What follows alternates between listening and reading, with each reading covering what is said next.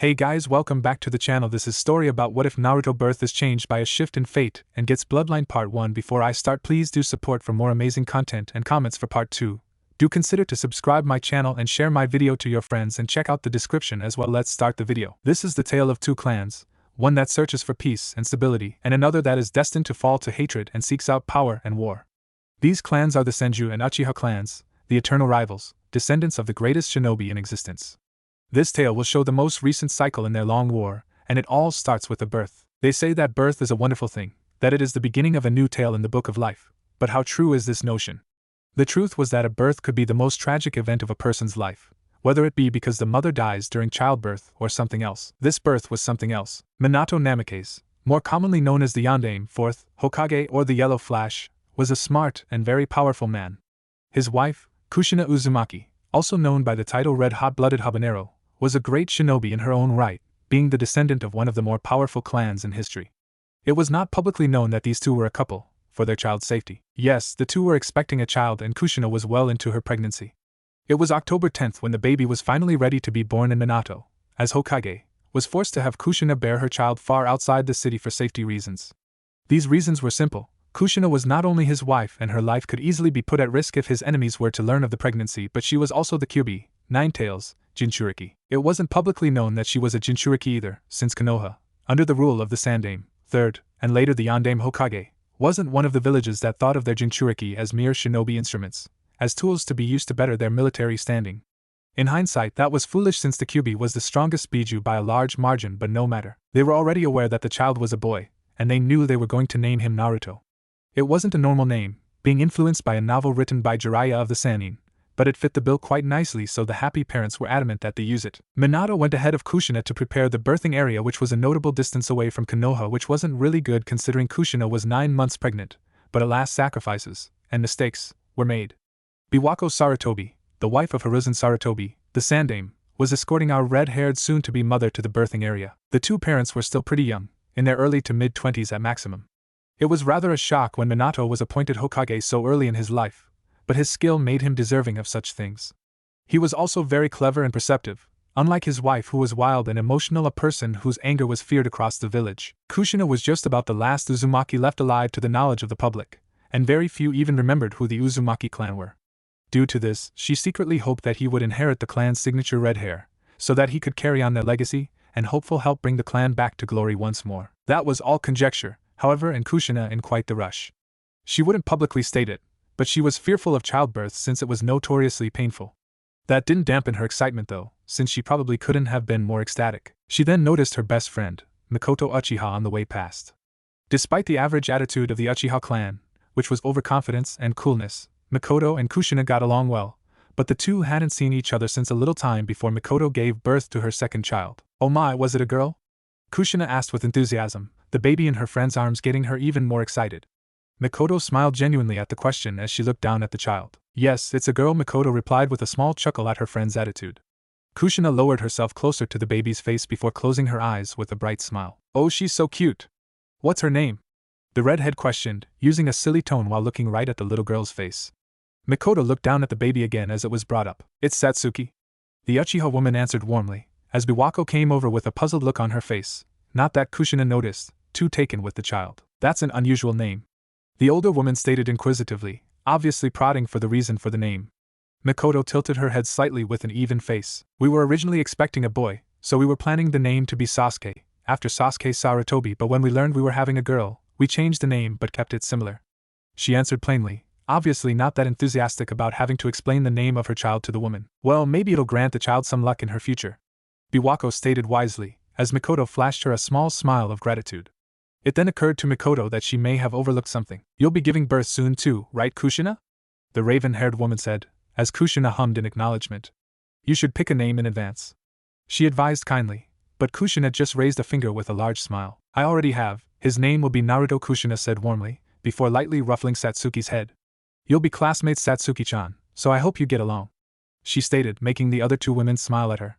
Kushina then leaned close to Mikoto before placing her hand to the side of her mouth, facing Biwako, to stop the other woman hearing her. By the way, does it really hurt? The redhead whispered gravely, with a clearly unenthusiastic look on her face. Mikoto smiled somewhat nervously, finding her friend's worry somewhat ridiculous. So there is something that scares you, Kushina? I'm surprised. Mikoto retorted jokingly, before Kushina was dragged away by Biwako against her will. Mikoto smiled while looking down at her daughter, with one last thought running through her mind. I hope they do get along. At the birthing site, naturally Kushina was dreading the actual act of giving birth, but that still didn't exactly prepare her for the event. It hurts, Databane, she exclaimed in pain as the birth neared, with Minato being stood over her ensuring her seal didn't break while Biwako and the other midwives were working on, well, the birth itself. I've never seen Kushina-chan in so much pain, Minato said worriedly, since he was naturally concerned for the woman that he loved being in what seemed like agony. Is she all right? He said nervously, making Biwako glare at him. She's all right. Never mind that, just stay focused on the Kyuubi's seal, the woman ordered. Despite the fact that Minato was the Hokage, nobody bothered to tell her off, so she was obviously in charge of the situation. But she's the blonde man started somewhat meekly, making Biwako glare at him once more. You are the Yondaime Hokage. Act like it, she ordered and, again, received no repercussion from the action, before looking back to Kushina's crotch for medical reasons. A man would have dropped dead from such pain long ago, but women are strong, she asserted confidently, having experienced it herself. While Minato's hands were firmly placed upon Kushina's stomach, where her seal was located, he couldn't help but notice the lack of resistance from the Kyuubi. Apparently a female Jinchuriki seal was meant to weaken during childbirth, but very little weakening was actually happening. In fact, the beast's chakra seemed almost calm. What's going on? Minato thought to himself with furrowed brows. I was told that the seal was meant to be weakening a lot right now, to the point where it would break if I wasn't stabilizing it, but nothing is happening, he continued, trying to discern exactly what was going on. There were a few reasons for a Biju to be unresponsive in situations like this, one of them being Kushina's chakra on its own. Her chakra chains were fully capable of stopping the Kyuubi in its tracks, while other things like the Mokuton, wood release, or Sharingan, copy wheel eye, were capable of fully subduing one. There were probably other methods, but he wasn't aware of them. So the real question in mind is what exactly was causing the Kyuubi to be so unresponsive right now?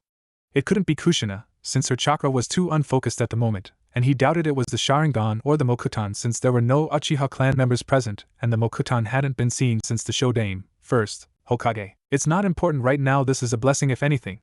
Just hang in there, Kushina-chan, the man thought to himself as he looked over at Biwako and Kushina before finally settling on her stomach.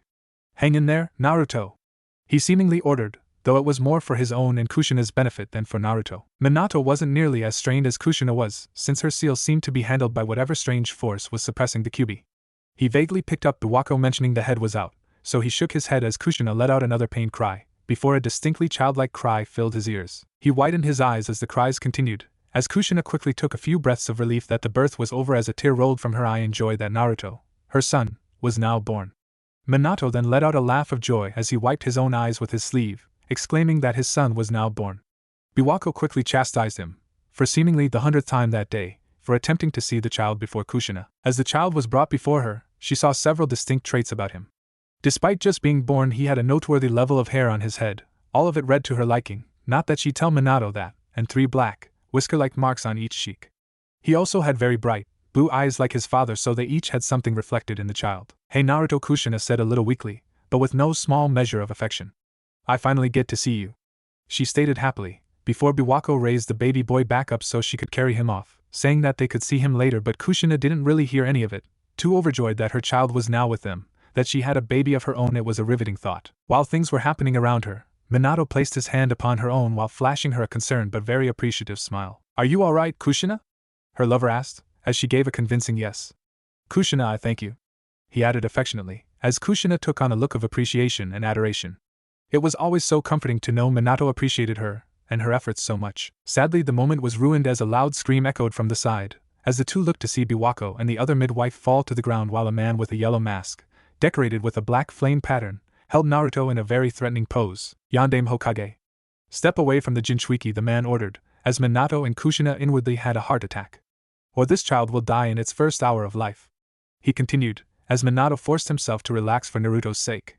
This really wasn't a good situation for anyone involved, especially not the midwives. The first few thoughts raging in Minato's sharp mind were how the man managed to get past their defenses, who he was and why he wanted Kushina as a Jinchuriki, and on this day of all days. It was far too suspicious that anyone could know that she was a Jinchuriki, that this was her delivery day, and that they'd be here of all places. Who could he be? As Minato looked over at Kushina, seeing that she was still mostly fine, the man pulled out a kunai and held it uncomfortably close to Naruto, making Minato and Kushina panic as their first reaction anyway. Wait a second. Just calm down, Minato urged, not being able to think remotely straight in this situation. His newborn son was being threatened with death by a man who had the advantage in all aspects. There was little deducing to be done. This wasn't good. I am as calm as the ocean on a fair day. You, on the other hand, the masked man stated, as he threw Naruto up into the air before jumping after him, intending to kill him. Naruto!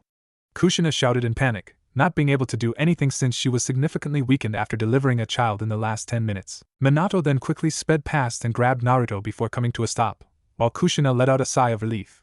The masked man let out a small chuckle as paper bombs flickered to life on Naruto's wrapping. Minato! Kushina shouted, as he noticed the bombs on the wrapping and promptly threw it away before disappearing in a yellow flash.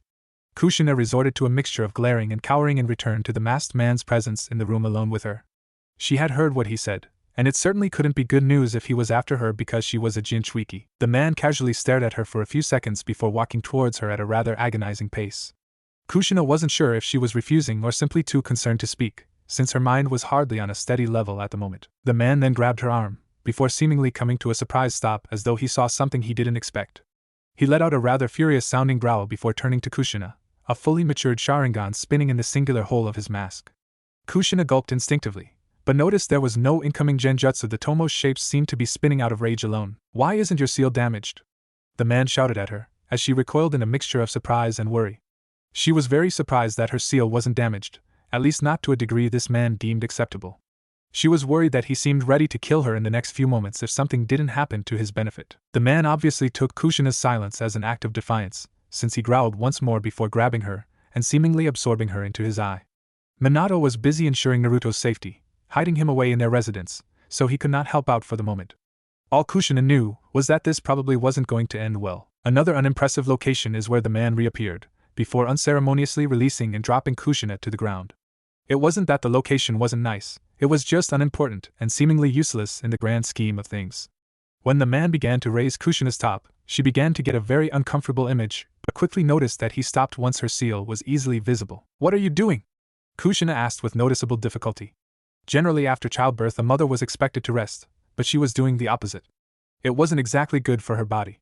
The man let out a snort of derision before replying, since your seal is somehow in one piece I'll need to change my plans.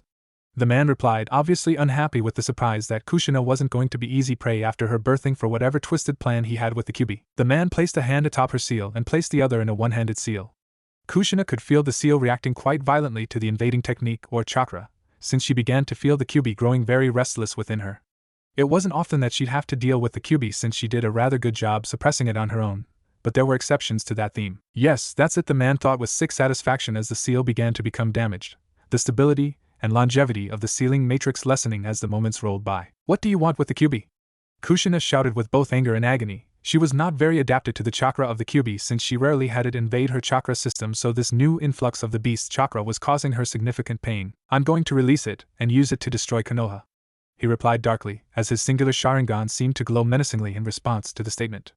Kushina couldn't believe what she was hearing. Such a specific plan would have taken a lot of planning. Simply discovering her identity as the Kyuubi Jinchuriki would have been hard enough. What? She replied in shock, in disbelief that this lone man was plotting to destroy a whole village single-handedly. She had to admit that, in theory, the Uchiha were perfect for such a task since a subjugated Kyuubi would be an undeniable asset, but it seemed ludicrous for him to get away with it. The man made no obvious response to her shocked and angered statement, too busy continuing to degrade her seal so that he could accomplish his maniacal plan. Minato's teleportation technique is quite fearsome, allowing him to move between any location bearing his seal formula. He even placed one on the Kyuubi's seal for your protection. The man stated for no obviously reason, bringing it up out of the blue. For that reason I need to hurry, he thought. He wasn't stupid, he knew Minato could stop his plans if the man really tried, but he was confident he could get away with it if. His thoughts were cut off as he felt a presence behind him, before a kunai literally went through his face. He then jumped to the side to see Minato standing over Kushina with a mixture of bewilderment and seriousness. It couldn't be easy to accept that someone could become fully intangible. Trust you to interfere, Minato, though I suppose you aren't feared as the yellow flash for nothing, the man stated with obvious irritation, his plan steadily falling apart. If the seal had been weakened like he'd been sure of, then this wouldn't be happening. He managed to manually weaken it to an irreparable point, but not enough that the Kyuubi would be released anytime soon. Minato simply took to glaring at the man while Kushina lay on the floor, still exhausted. She was beginning to feel some strength return to her body though, and decided that it would be a good idea to wait for a moment to retreat or something else. Minato would undoubtedly take it upon himself to defeat this masked man, So that wasn't exactly a huge problem, but they had no idea the true strength he possessed, and how could he become intangible? Certainly such a thing was impossible. Suddenly and without pause, the man dashed at Minato with surprising speed. Minato threw one of his signature three-pronged kunai at the man, and it once again went straight through him. Pulling out another one, Minato stabbed at the man and went through him. The man then grabbed Minato and began sucking him into some sort of vortex in his eye. Minato's eyes widened before he teleported to the kunai he threw through him at the beginning, as the man turned to face him. He can make himself completely intangible when I strike, and yet he becomes physical to strike back. He's also capable of absorbing someone or sending them somewhere through contact. Who is he? Minato thought to himself as the man let out a small laugh. Kushina had moved a small distance away to avoid being caught in the crossfire, but was feeling the damage on the seal. You're quick, Yandame. A more elusive foe probably does not exist, the man said, as he dropped a chain out of his sleeve before attaching it to each of his wrists via small bracelet-like sections on each end of the chain. Minato stared at the man closely, looking for any obvious weaknesses as the man pulled down his hood. Why are you here? What do you want with the Kyuubi? Minato asked, his stance becoming more serious as he prepared for another attack. The man was obviously sure he could do something to the beast to make it follow him, and he was an Uchiha, which could only mean, I wish to use it to destroy Konoha. I guess you could say I simply want the village gone. He replied vaguely, his Sharingan once again simply staring right at Minato while it began to shine darkly. As Hokage, I can't allow that, Minato said confidently as the man dashed at him again, this time accompanied by the chain flailing in a seemingly useless fashion behind him. Minato threw another kunai at the man as he formed a Rasengan in his hand. The man reached out at the same time, and was just about to make contact as he seemed to smile. I win, he thought, before Minato disappeared. He then felt a powerful blow slam into the back of him which caused him to fall to the ground as the earth shook from the force and damage. He let out a grunt of pain as Minato jumped back, before he stood up, one of his arms melting from the damage into a white gooey substance. He used that kunai to teleport behind me. Damn you, Minato, the man seethed in his mind as he realized his plan had little chance of success at this point. He growled angrily as Minato seemed to stand victoriously. Your plans end here, face it, you've lost, Minato said with certainty, as the masked man growled at him but remained otherwise still. Letting out a sigh, he locked eyes with the blonde man. You win this time, Minato, but the Kyuubi will be mine. There are plenty of ways for me to do so, he said before he began to absorb himself into his own eye, which was an unusual sight. He then felt a surge of pain, and the absorption stopped prematurely. He looked down to see a distinct golden chain impaled through his chest. And no! I forgot about her, the man shouted, as he dropped to his knees. Kushina walked out into the clearing slowly as she retracted her chain back into nothingness. Minato promptly walked up to the masked man before stopping and staring the man in the eye as he fell to the ground dead. Nice work, Kushina-chan, Minato said warmly, though the situation had him worried more than a few times. Fortunately, he was the strongest person in Konoha, or maybe second strongest, since the Sandaime wasn't known as the god of shinobi for nothing, so the man wasn't able to succeed in his crazed plan. He bent down to take off the man's mask, and when he did, he couldn't help but notice the man was familiar to him. He didn't know many Uchiha clan members personally, especially none with one side of their face significantly scarred. It was strangely familiar to the tale Kakashi told him of how his Uchiha student died. Obito? Minato exclaimed in shock as he looked down at the very familiar face of his once thought dead student. It was undeniable. If Kakashi was to be believed, his body was completely crushed on one side, and on that side was the arm that fell apart, and the same side where his remaining Sharingan eye was located. It was simply too similar to disclaim. Kushina looked on sadly as her husband looked at his fallen student. The death of Obito, and later Rin, had hit him far harder than he'd let on publicly. He was a strong shinobi who was in charge of his emotions, so he could keep them hidden if necessary, but seeing his student trying to do something like this was a hard pill to swallow. Minato looked down with a sad frown after he got over the initial shock. How his old student not only survived but became the man in front of him was beyond his imagination. Why wouldn't he have returned to the village? Why did he seek its destruction? So many thoughts and possibilities that would now never be explained. Minato-kun, Kushina said quietly, not sure how he felt. What she wanted to say was important though, and it couldn't wait. When he turned his attention to her, she knew that he had remembered what had just happened. Kushina-chan, are you alright? Did he do anything? Minato asked quickly and concernedly, making Kushina feel the need to laugh at his overprotective attitude. She didn't laugh though, since Obito did do something quite bad. I'm fine for now. He damaged my seal. I don't think it can be repaired, she said with fear in her tone. It wasn't common knowledge, but most Jinchuriki knew the fate that preceded them if their Biju were to be released or extracted from within them. Minato looked on with shock as he registered what the problem was. Then what do we? Minato started, unsure what needed to be done in this situation. Kushina smiled unconvincingly as she covered his mouth with one of her hands to cut him off mid-sentence. I'll probably need to transfer the Kyuubi to someone else, the red-haired woman said strongly, but she certainly wasn't feeling confident about it. She didn't wish to die. To leave her son without a mother, there was the possibility she could live due to her Uzumaki heritage, assuming she received proper medical care, but there was the undeniable possibility that transferring the Kyuubi would kill her. Are you sure about this? The blonde man asked neutrally, trying not to let his emotions rage free since he was all but certain he'd become very illogical and tried to talk her out of it, which would be a terrible idea since she'd end up dying when the Kyuubi broke free anyway. It's the only option. If I don't transfer it, the Kyuubi will be released. Maybe not today, maybe not tomorrow, but eventually. Kushina stated surely, since it was unavoidable.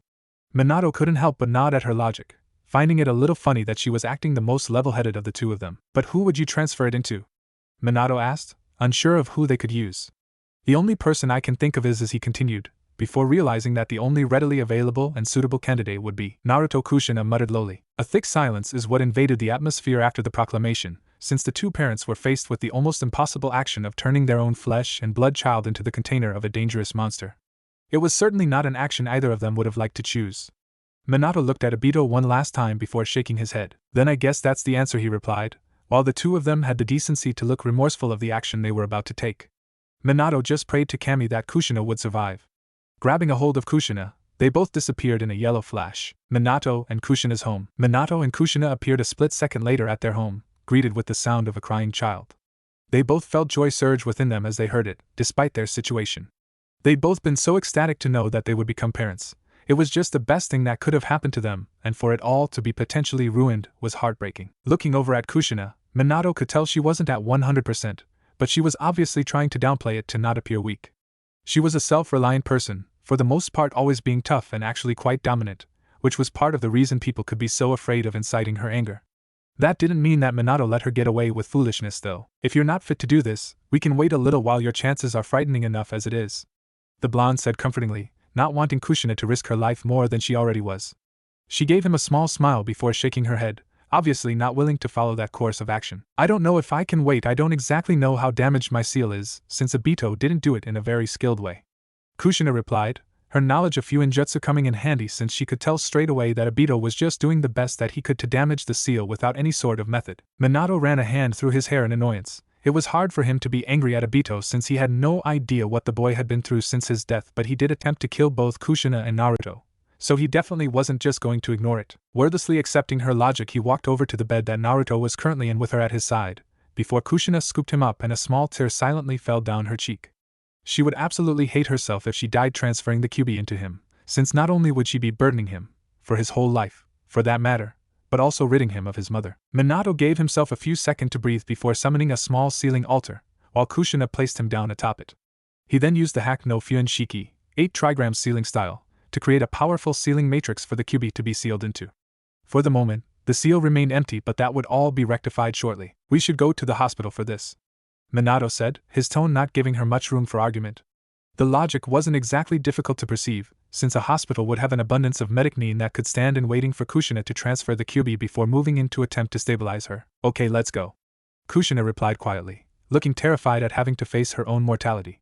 There was a reason Jinchuriki were carefully selected, because they were not intended to be switched until their lives were over. Once more, the duo disappeared in a yellow flash, a crying red-haired baby along with them. At the hospital, Minato was an intelligent and predictive person, which was why he had marked all important locations in Konoha with his Hiraishin no Jutsu, Flying Thunder God technique, seals.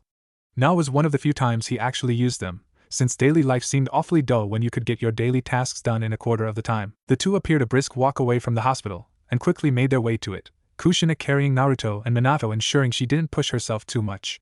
Once arriving inside, they quickly became the center of attention, with everyone looking on with obvious shock at the child in their possession. Are they together? Hokage-sama has a child? I'd bet he's just helping her out. He's so hot. Many comments like these, and many others, were quickly shot around the room as Minato looked on with a mixture of embarrassment and slight annoyance at their very nosy attitudes. It could be forgiven, since he was, by all accounts, a very popular Hokage and leader to the village. Ignoring most of the attention they were getting, the two walked up to the front desk like anybody else, breaking the receptionist out of her reverie. She quickly straightened out her stance to a rather laughable proportion, but Minato wasn't planning on laughing anytime soon. I'm going to need a few highly experienced medic need and a private room, quickly if you don't mind, Minato said with authority but also respectfully, in a way that didn't seem to fit the village leader while talking to a mere hospital staff member. She nodded rigidly before speaking. Oh, of course, Hokage-sama, the receptionist said, as she walked off before ushering them to follow her. After a small walk, and up a few flights of stairs, they arrived at a secretive room, which was at the end of a hall and was quite out of the way.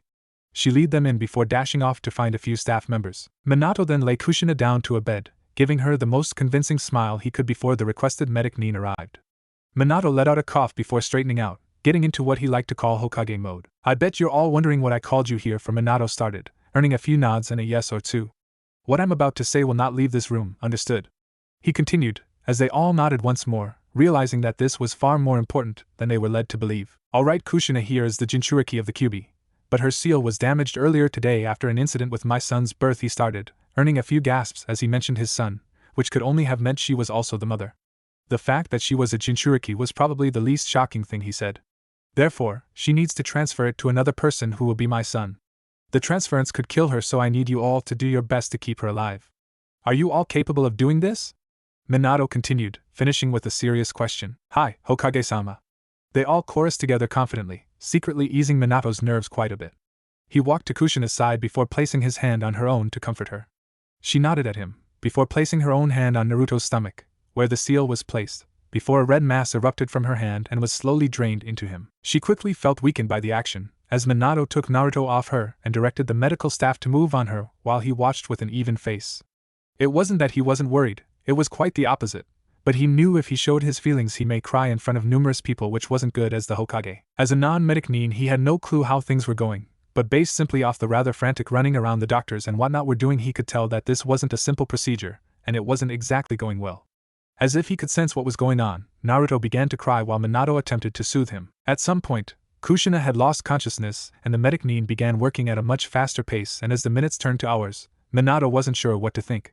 When all the medics came to a sudden stop, all looking tired but otherwise fine, he felt like things might have worked out. She's stable, Hokage-sama. One of the medics breathed out tiredly, as a large smile broke out across Minato's face before he walked over and placed Naruto at Kushina's side, knowing that having him with her would probably benefit her in some small way. Thank you all so much, Minato said joyously, as they all smiled at the gratitude and joy in his voice. Can anyone report her condition? He added, now acting far more seriously. One of the medics cleared his throat as the attention shifted to him. She's undergone a lot of stress and her chakra system is badly damaged by the removal of the Kyuubi. Besides that, she should be fine.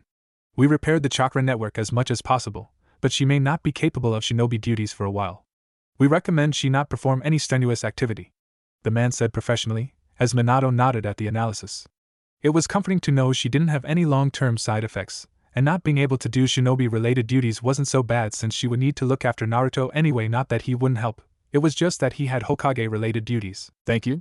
You're all dismissed. I'm very grateful for your efforts, Minato said, before remembering something. But remember, none of this leaves this room, not the exact details anyway. You can make a sort of alibi.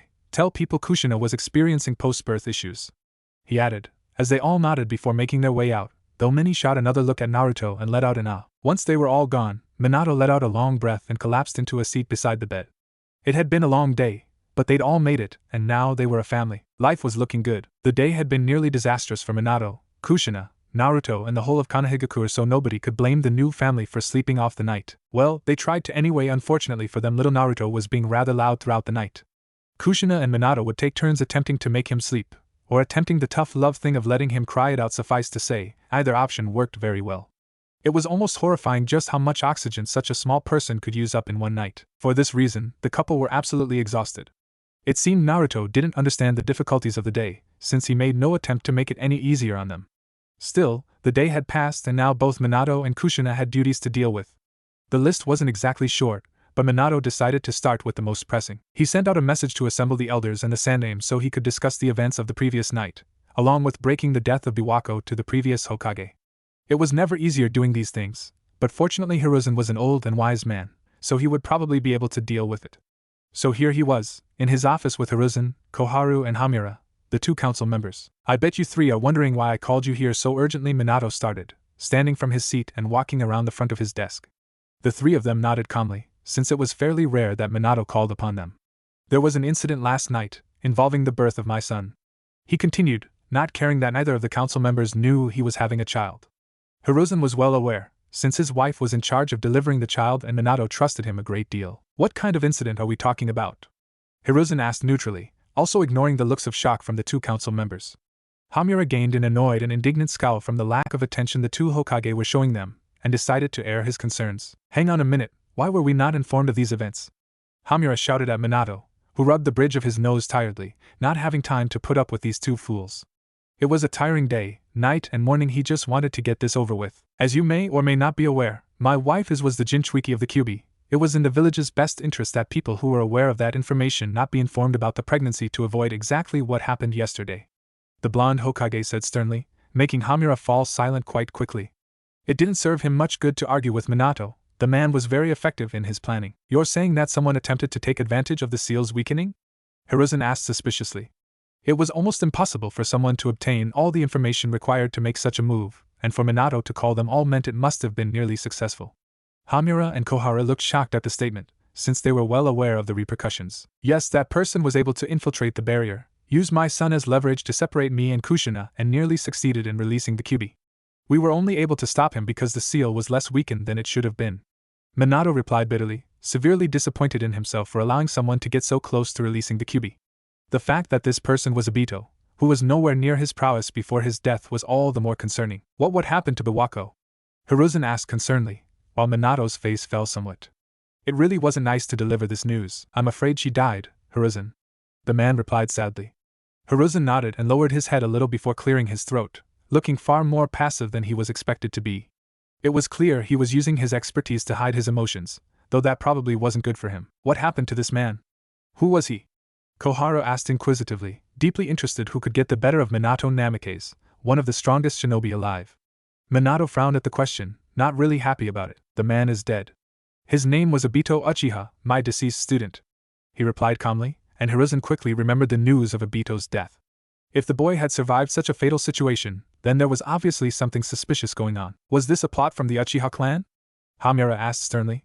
Minato suppressed the urge to sigh at the question, since the council always seemed to need a reason to blame the Uchiha clan. It was strange, but it was mostly due to the Nidame's distrust of the clan and the fact that the council along with Hiruzen and Danzo were in his team. I don't believe so. He seemed to be acting of his own accord, since his plan was to ravage Konoha. The point is, we need to bolster our security. I don't want this happening again, Minato said decisively, not giving room for debate. The elders, along with Hiruzen, got up, gave a bow and quickly left. Minato let out a sigh. This would be a long day too. Namikaze's household. Please stop crying, Databane. Kushina quietly raged, having more issues than she was ready to with little Naruto. He was like a tiny demon, sent to ravage her eardrums. Not that she thought that. A mother always thinks their child is an angel. Well, all good mothers. That didn't stop Naruto from crying though, since it seemed impossible to stop the boy. I need a better plan, Kushina thought to herself, a small vein bulging out of her head. Who could blame her for having a short fuse right now? She gave birth, was immediately kidnapped, transferred a demon linked very closely with her chakra network, and got barely any sleep through the night. Worst birth ever. Would you like to hear a story, Sochi-san? I think? The red-haired woman asked the child, who actually seemed to quiet down a little to look at her intently, though it may have been her imagination. All right, let's see. Oh, how about a little story about where I came from? It was a huge city called Yuzushiogakuya that was filled with people from the Uzumaki clan. Tusan was a nice man named Kinyumi Uzumaki. I never knew my mother, but I remember my Tusan saying she was an attractive blonde woman who got pregnant on accident. Kushina started, thinking back to the description of her mother, something about a beautiful blonde shinobi who was there temporarily, to restock on supplies. Anyway, everyone there had red hair, like you and me. Yes, that's right. Like you and mommy, the woman said playfully, as Naruto started giggling cutely. She was somewhat glad nobody was around, but this was how mothers were meant to be, right? The village was on an island surrounded by big whirlpools, big spinning water things, she said excitedly as she spun around a little for reasons not discernible to anyone who may have been watching. She then felt a presence and paused, turning very slowly to see the smiling face of Minato. Don't you say a word, she hissed with a very distinct blush. Minato laughed at her embarrassment, not quite sure why she thought he'd care that she was doing what she was. That was quite normal for mothers, so it wasn't exactly a bad thing. I thought that was wonderful. I knew you'd be a great mom, Minato said warmly, as he walked forward and hugged her, their child between them looking more complacent than he had since his birth. Kushina's blush somehow deepened as she turned away with a small smile. Don't say stuff like that, geez, Kushina stated, clearly embarrassed with the situation. Minato decided to relent for now, seeing that if she got any brighter her nickname may start to hold some credence. I came home because Kakashi is coming around. I need to tell him about Obito, Minato stated casually, before hearing the door knock. Oh, speak of the devil, he continued with a smirk as he walked over to the door. Opening it, he saw his student clad in his regular ANBE uniform, missing only the mask. "Sup, Minato-sensei?" Kakashi said coolly. Minato laughed a little awkwardly at Kakashi's hip attitude, as Guy had taken to calling it. Gesturing him inside, he walked a few feet before pausing, his singular eye being glued to the young form of Naruto. "Is that?" he continued in surprise, having somewhat forgotten about the boy's birth date. "Kakashi, I'd like to introduce you to my son Naruto," Minato said proudly, making Kushina smile as she looked down at him. Kakashi tentatively walked over to the woman and looked at the boy, and he could quickly tell that he was their child. Sharing his father's eyes and his mother's hair, it was almost uncanny. "Hey little guy, aren't you small?" Kakashi said with warmth that he hadn't been acquainted with since the death of Obito and Rin. Minato smiled at the fact that his son could crack Kakashi's shell so easily, finding it a little amazing in fact. "Do you mind if I hold him?" he asked slowly, not sure if it was alright to ask such a thing. Kushina pulled Naruto a little closer to her, seemingly trying to protect the child from some sort of danger. Minato shook his head casually at her overprotective attitude. She would definitely make a good mother, whether that meant she'd also spoil the crap out of the kid was irrelevant. Walking over, he placed a hand on her shoulder and gave her a disarming look. Frowning, she slowly gave Naruto to Kakashi, but not before giving him a death glare should he do something wrong. Giving the woman a small eye smile, since even at this age, he still wore his infamous mask, Kakashi very carefully took Naruto off her. Naruto quickly looked up at Kakashi with a seemingly interested face, before cutely raising his hands to touch the silver-haired boy's face. Kakashi laughed at the boy, somehow knowing that he would be rather close to the child in future. "He's very lively, isn't he?" the silver-haired boy stated with amusement, as Minato and Kushina laughed along with him, though they couldn't say that was always a good thing. "You have no idea," Kushina muttered a little bitterly. He'd been around for a day and a half and was already giving her a serious headache. Still, he was far too cute to hold it against him.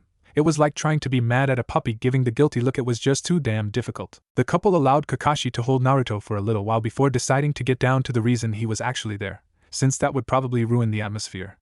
Kakashi had always taken Obito's death pretty hard, and now that they knew the boy survived and somehow became a crazed villain, well, it wouldn't be easy to take in.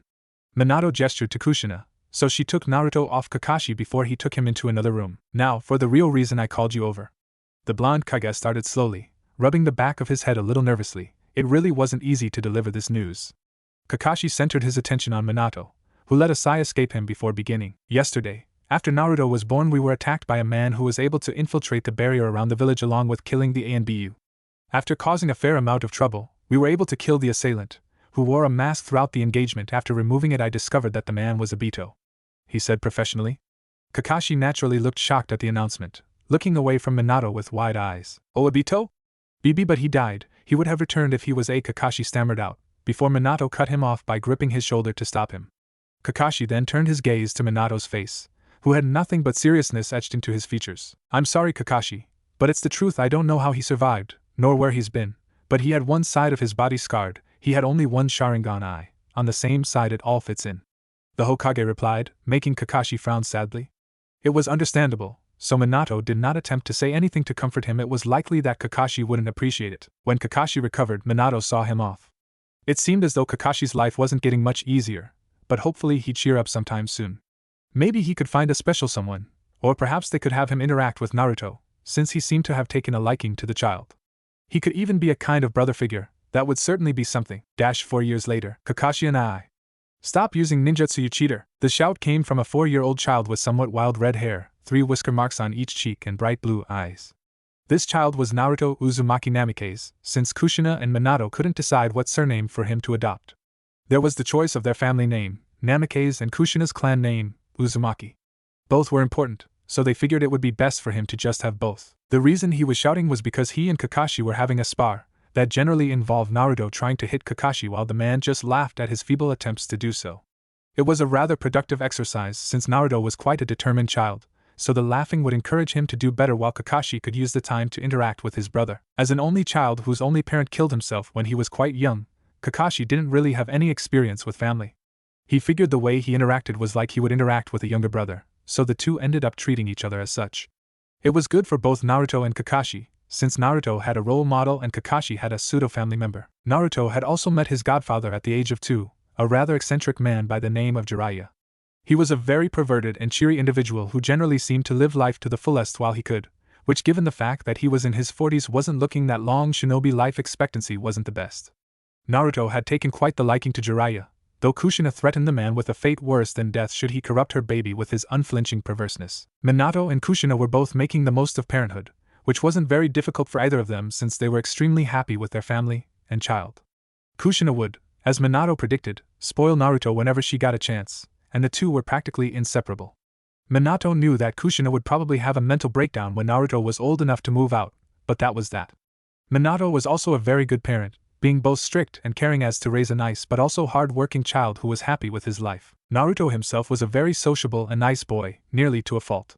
He'd try and find goodness in just about everything. Kushina still remembers the day he tried to brighten up the sight of a dead dog, and was quite smart for a 4-year-old boy. He was also ridiculously energetic, just like his mother was. Due to the Kyuubi and the Uzumaki genes, it was a rather large problem when he first learned to walk, since he wouldn't bloody well stay still. His shinobi training, if you could call it that, was started as soon as he turned 4, but it mostly consisted of throwing blunt kunai or shuriken and going for the occasional run. He was too young to stress his body with harsh labor, so he was explicitly barred from doing so by his mother, who was still extremely protective. It was becoming a problem too. It became quickly apparent to both Minato and Kushina that Naruto was nearly obsessed with becoming a shinobi, and though Kushina originally argued that he shouldn't be one because she didn't want her darling child submitted to the harsh shinobi world, she eventually relented since he basically needed to be a shinobi after becoming the Kyuubi Jinchuriki. That was why Minato sometimes despised his job, since he needed to view his own son as a military asset. A few weeks after Naruto's birth, Minato made a public announcement of his marital status and that he had fathered an heir. That quickly doused the flames of many female individuals who wanted Minato for themselves, while the rest of the village rejoiced the birth of their beloved Hokage's son. That was the good part of being Hokage, being important to the entire village. The events of Naruto's birth and the surrounding occurrences still troubled Minato to no end, and he'd allowed Kushina to kill Obito, so there was no questioning the boy about his motives. Then there was the seal. There was no viable reason for it to have stayed so stable throughout the entire birthing. It was all very confusing, but back in the current, Naruto was still glaring at Kakashi cutely for the usage of ninjutsu during their spar. If Kakashi was being honest, he got careless and nearly let Naruto hit him, before using a Kawarimi no Jutsu, body replacement technique, to escape. "Sorry Naruto, I didn't think you're getting better though, soon enough you'll be stronger than I am," Kakashi said warmly. One of the best things about interacting with a 4-year-old boy like Naruto was that you could always marvel at the look of happiness on their face when you told them something they wanted to hear. It was contagious, like a deadly virus of joy. "You bet I will. Then I'll beat Tusan and become the strongest person in the village," Naruto boasted childishly, though Kakashi couldn't find it in him to argue. Off to the side around a small table, Minato scoffed jokingly at the proclamation while Kushina giggled cutely at Naruto's attitude. It really never got old. "Of course you will, so long as you work hard for it," the silver-haired man retorted wisely, making Naruto frown cutely in thought. Minato was glad that Kakashi was teaching Naruto important things like this. It wasn't as if he wasn't doing so himself. It was just refreshing to know Kakashi wouldn't fill his head with nonsense. Kakashi had opened up a lot over the past 4 years, thanks in no small part to little Naruto, the bundle of joy, and had managed to overcome his PTSD, post-traumatic stress disorder, that had resulted from the death of Rin at his own hands, even if it was inadvertent. Obviously Kakashi's interaction with Naruto was very beneficial to his mental health, so Minato encouraged it when possible. As Naruto continued to, pointlessly, attempt to attack Kakashi, Minato and Kushina were just watching with amusement, pride and contentment. Life had indeed been pretty awesome since Naruto was born, even if they included the times where he would keep them up all night, to the point where Minato was starting to get too cheery. It really didn't reflect well on him as Hokage if he was always happy about everything, but he hardly cared. There was the slight issue with the Hyuga clan last year, when a supposed peace treaty was used as a guise by Kumogakure to attempt to kidnap the clan heir of the Hyuga. It ended rather badly for them, since the one who attempted to do so was quickly killed by Hayashi Hyuga, the clan head, and the whole thing ended in failure. Kumo attempted to get Hayashi killed and sent to them for the betrayal of the treaty, but Minato was sharp and easily able to negotiate the event to a point where either side benefited from the endeavor. "He really is the best child we could have hoped for," Kushina stated with adoration. She and Minato had probably gotten even closer since Naruto was born, and the two were far happier now that their marriage was public knowledge. "No arguments here," Minato replied, pulling Kushina closer to him. She made no movement to stop him, allowing herself to rest against his side. Over the last 4 years she still hadn't been very capable of shinobi duties and her chakra network was still recovering, though she had no daily issues whatsoever as long as she acted carefully. It was a source of irritation that she couldn't really reach Naruto much of anything, but so long as she got to spend time with him she didn't really dwell on it too much. On another side of Konoha, another important child was enjoying their own time. "Uchiha compound. Nisan, could you help me with my shuriken training?" A cute, 4-year-old girl with black hair and a small ponytail, and equally black eyes asked. Her brother turned to her and gave her a quick prod on the forehead with his index and middle fingers. "Forgive me Satsuki-chan, maybe next time," came the voice of Itachi Uchiha, the prodigious son of Fugaku Uchiha, the head of the Uchiha clan. Satsuki frowned in a childish pout, turning away from Itachi. The boy in question chuckled lightly as he began walking away, giving a quick wave to Satsuki before leaving. Satsuki Uchiha was also the daughter of Fugaku Uchiha and Makoto Uchiha, but due to Itachi being the eldest and being regarded as a prodigy, she wasn't given as much attention. Due to this, she began to adopt a more serious outlook than most kids her age, being very serious about becoming strong and respectable to earn her parents' attention, or at least her father's. Her general attitude was still quite warm, since she got plenty of love and attention from her mother and brother, whenever he was around, though her father would unintentionally focus on Itachi to ensure he became as great as he could be. She was far too young and naive to fully understand these things, but she could still be a little upset by them. Her mother, Makoto Uchiha, walked into the room to see her daughter obviously pouting for some reason or another, and if the sound of the door was any indication, it was probably because Itachi had just left.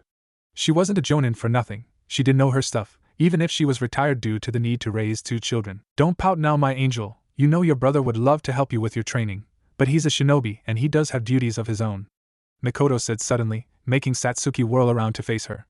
The young girl nodded politely at the statement, since the Uchiha clan tended to be quite strict about appearances. Makoto shook her head at her overly polite daughter and walked over to her. Honestly, the girl was 4 years old, she didn't need to get her manners down quite yet. Come on, Satsuki-chan, let's get going, Makoto said, taking her daughter's hand. Satsuki's expression took an adorable look of confusion at the statement, since they hadn't planned to go anywhere. Where are we going, Ka-san?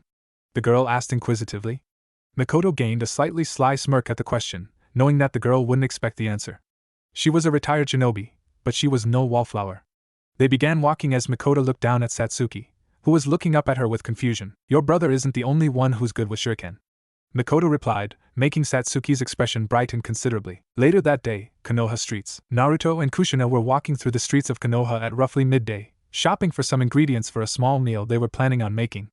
Naruto was just along for the ride, since he and his mother would always be around one another. Sometimes Minato was jealous of just how close the two of them were, but it was hard to get upset at just how cute they were. Ka-san, when can I start learning what was the thing with seals called again? Naruto asked with almost adorable levels of confusion. Kushina laughed at the look on Naruto's face. It was so worth it to become a mother. Placing a finger to her chin, she thought it over for a second. It's called Fuinjutsu Naruchan, and you can start learning it when I think you're ready, Kushina answered decisively, making Naruto pout slightly. She told him not too long ago that the Uzumaki clan specialized in Fuinjutsu, and since then he'd been adamant about learning it, even if he couldn't always remember the name of the art. Kushina ruffled the top of Naruto's head lovingly when she saw the pout on his face, and she could understand where he was coming from. When she was a young girl, she'd always want to do everything and anything she could to become a strong shinobi, and when she moved to Konoha she originally set her sights on the Hokage position, though Minato put a stop to that pretty quick. The two continued to walk until they arrived at a small store, where they purchased most of the ingredients and whatnot that they needed.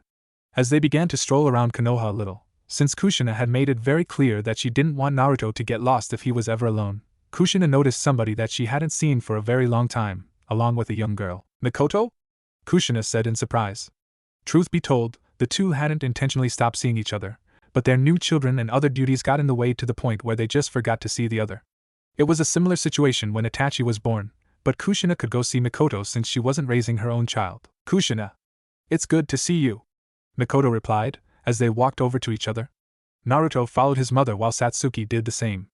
Naruto looked over at Satsuki with interest, since he didn't know a very large amount of kids his age, other than a few he'd met by accident like Kiba and Shikamaru. Satsuki looked over to him, noticing his rather intense gaze. Rather than blushing, smiling or any of the usual reactions a small girl would have, Satsuki simply turned away from him with a small scowl, apparently finding his staring to be annoying. Naruto frowned and looked down slightly, before he smiled once more. It was quite difficult to keep Naruto sad, and now he had a new goal: befriend this interesting girl. Hi, I'm Naruto. What's your name?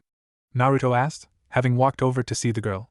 Kushina and Makoto both watched on discreetly, since they were both hoping that their children could be friends.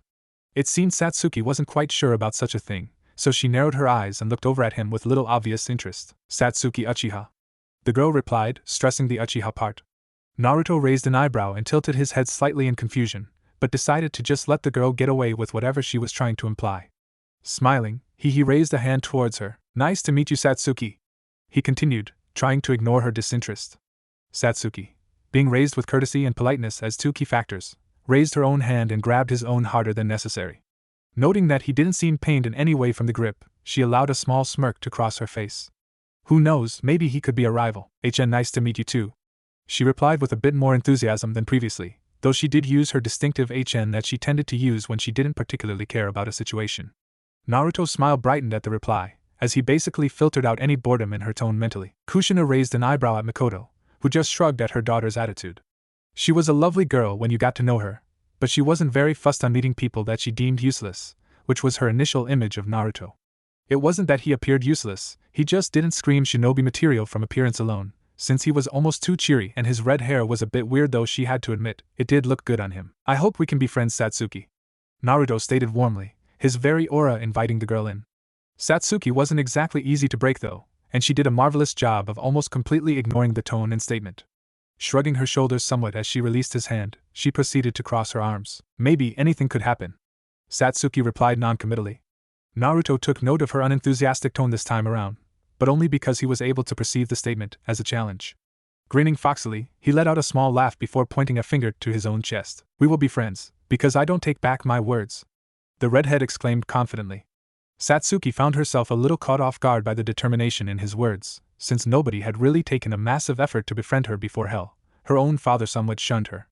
It brought up strange feelings to have this boy profess such a statement. I believe you, the onyx-eyed girl retorted thoughtlessly. Kushina and Makoto smiled, knowing that Naruto had obviously done something right if the look on her face was any indication. Makoto could already tell that Naruto had a way with people, and that he'd undeniably be a good influence on her daughter. It was a good thing she and Kushina were friends, since they could manipulate events to get the two together, when necessary. Naruto's infectious smile was almost annoying with its intensity, as though it was trying to be the happiest thing in existence. Unfortunately for Satsuki, she had little time to be annoyed by it before the infectious aspect of it took over.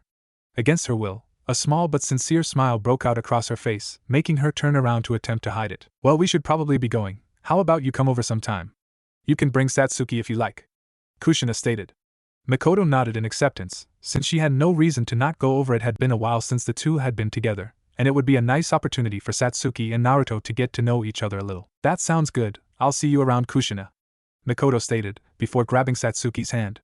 Giving the girl a quick smirk, she turned and began to walk away with the girl trailing just behind her. Naruto watched the pair leave, and for some strange reason he felt a source of resonance within the girl.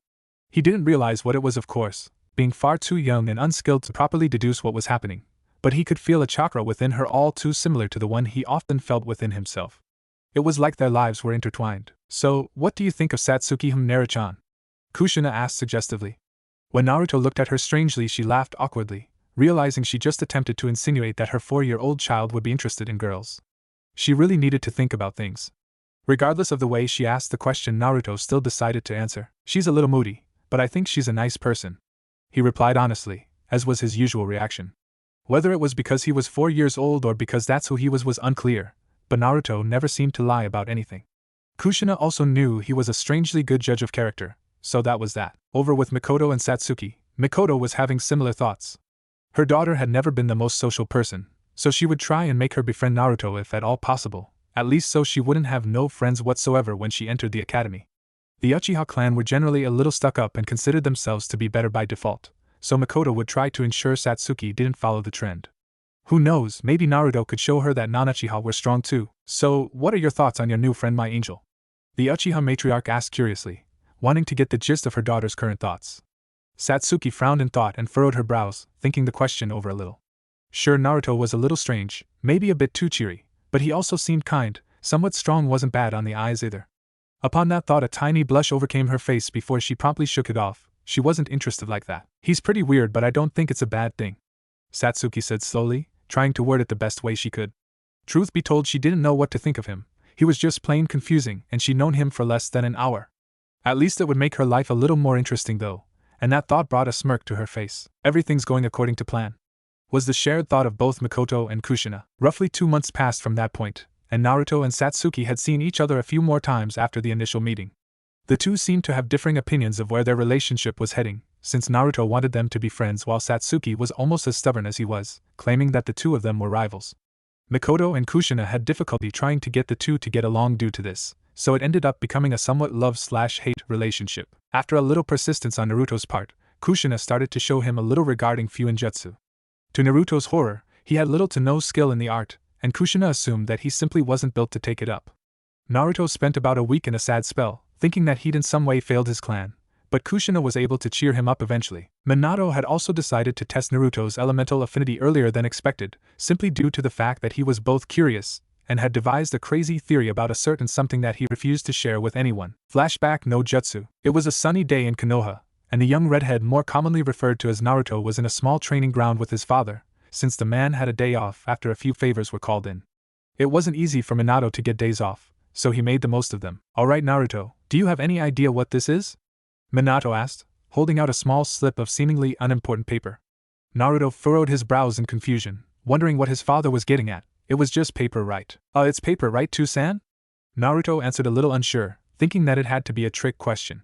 Minato had taught him that lying and trick questions were somewhat identifiable by body language and facial expressions, but he hadn't gotten many of the key factors memorized yet. Naturally, Minato let out a hearty laugh at Naruto's innocence, and ruffled the boy's hair affectionately before quieting down.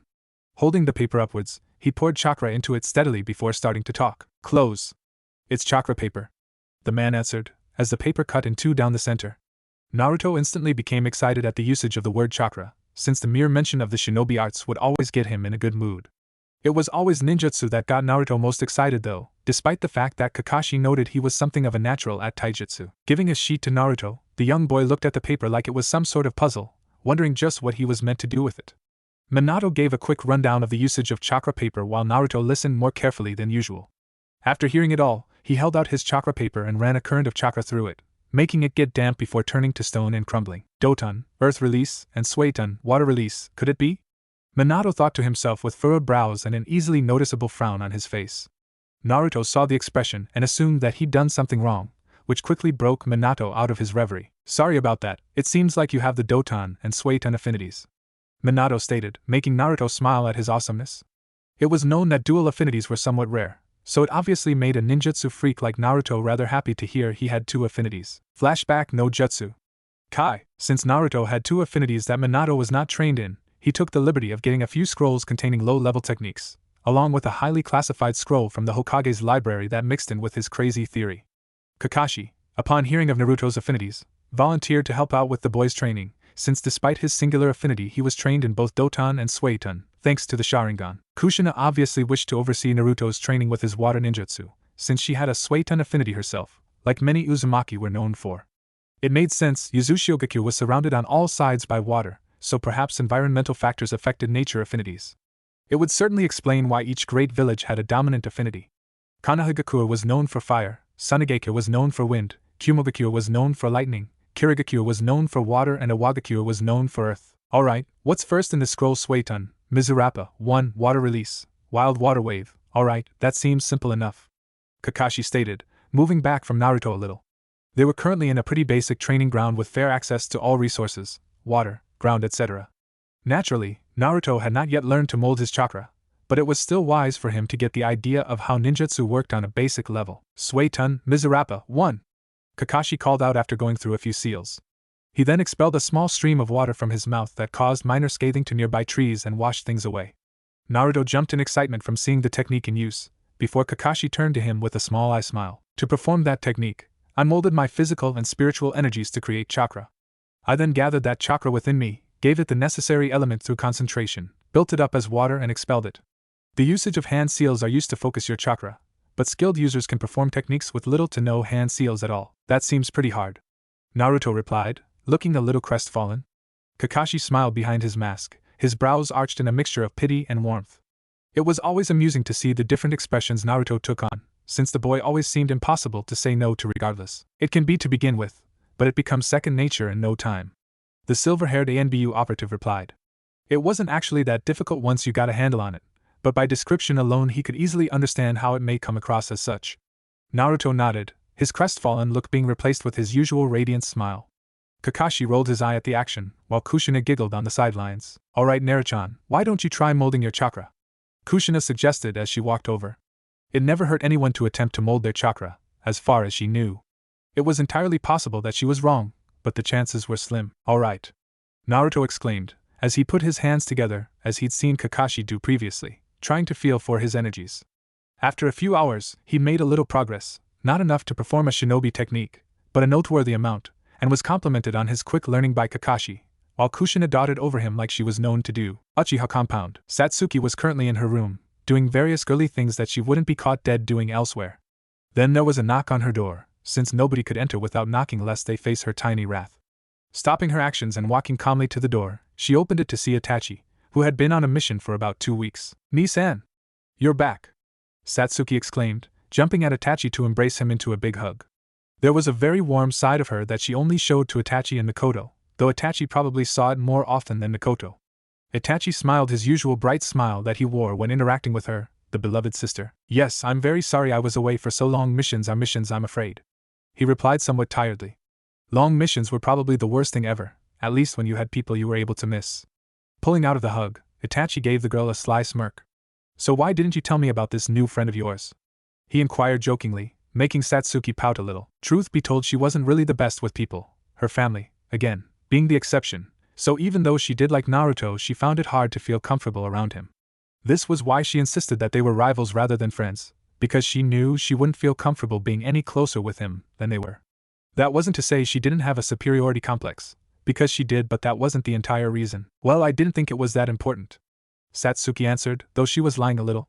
She was actually quite glad that Naruto seemed so damn invested in befriending her, even if she wasn't quite willing to give the same investment. Itachi smiled warmly at her, before poking her in the forehead, as was their thing. "Everything in your life is important to me, you know that," the Uchiha prodigy retorted jokingly, though he was dead serious at the same time. Satsuki was more important to him than anyone, maybe even his parents, though he had secretly began to dislike Fugaku, his father, due to all the pressure and expectations the man piled on him due to his prodigious skills. "Right, sorry, Nisan," the young girl replied ashamedly, looking down to the ground. Itachi placed his finger beneath her chin and raised her head to face him before flashing her a smirk that made her shame dissolve. It was weird just how easily Itachi was able to do that. It was quite similar to Naruto, in fact. "No need to apologize, now come on, I believe I owe you some help with your training," Itachi stated knowingly, making Satsuki smile brightly before the two of them ran out, barely even having changed to say goodbye to Mikoto before doing such. Geez, those two are inseparable, Mikoto thought to herself with a smirk, before going back to her duties. The best part of being a housewife was all the time you got to spend with your children and family. It was simply wonderful. Kushina still hated it though, since her energetic attitude made it hard for the woman to simply sit still, even if she did love the time she got to spend with Naruto. As another productive day came to a close, Naruto got into his bed with his mother watching over him, before bidding him goodnight. He couldn't wait to enroll in the academy. It was only 2 years away from him now.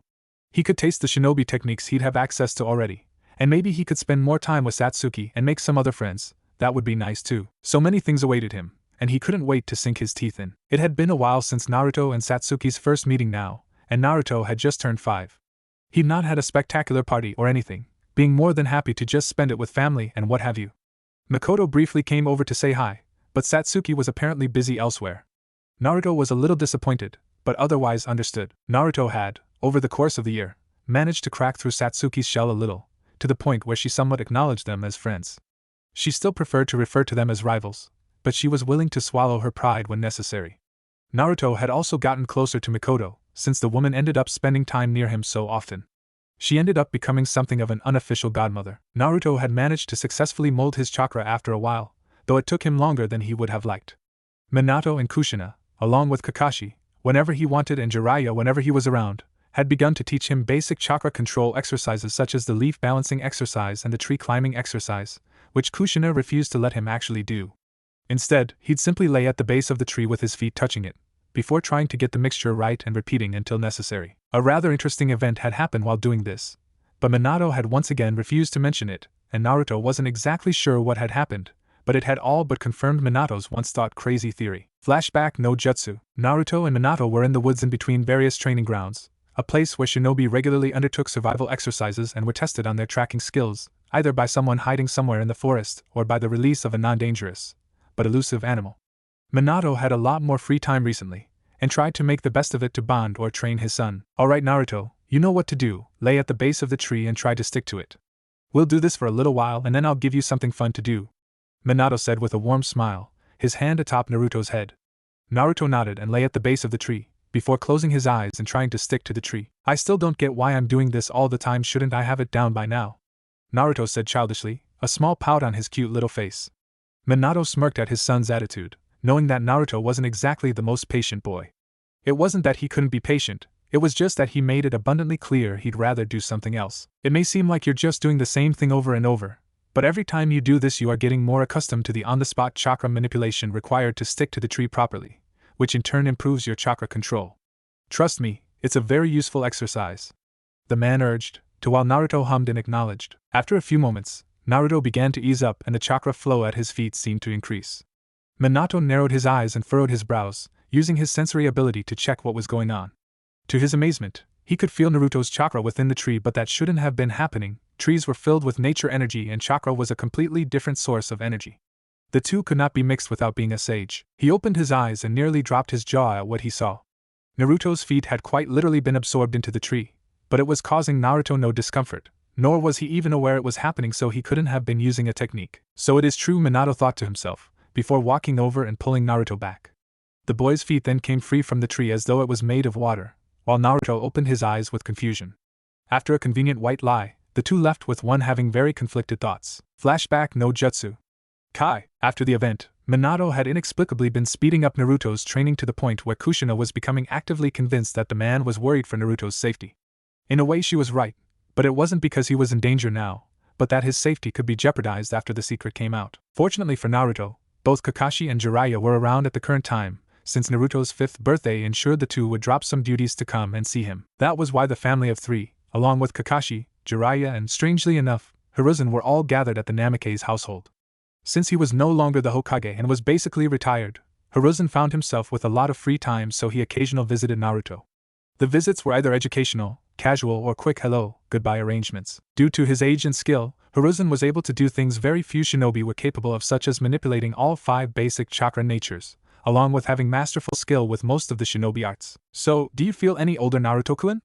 Hiruzen asked warmly, his wrinkled and aged face showing the wear and tear of his long life while still maintaining the same life it usually did. Naruto frowned for a moment, thinking it over.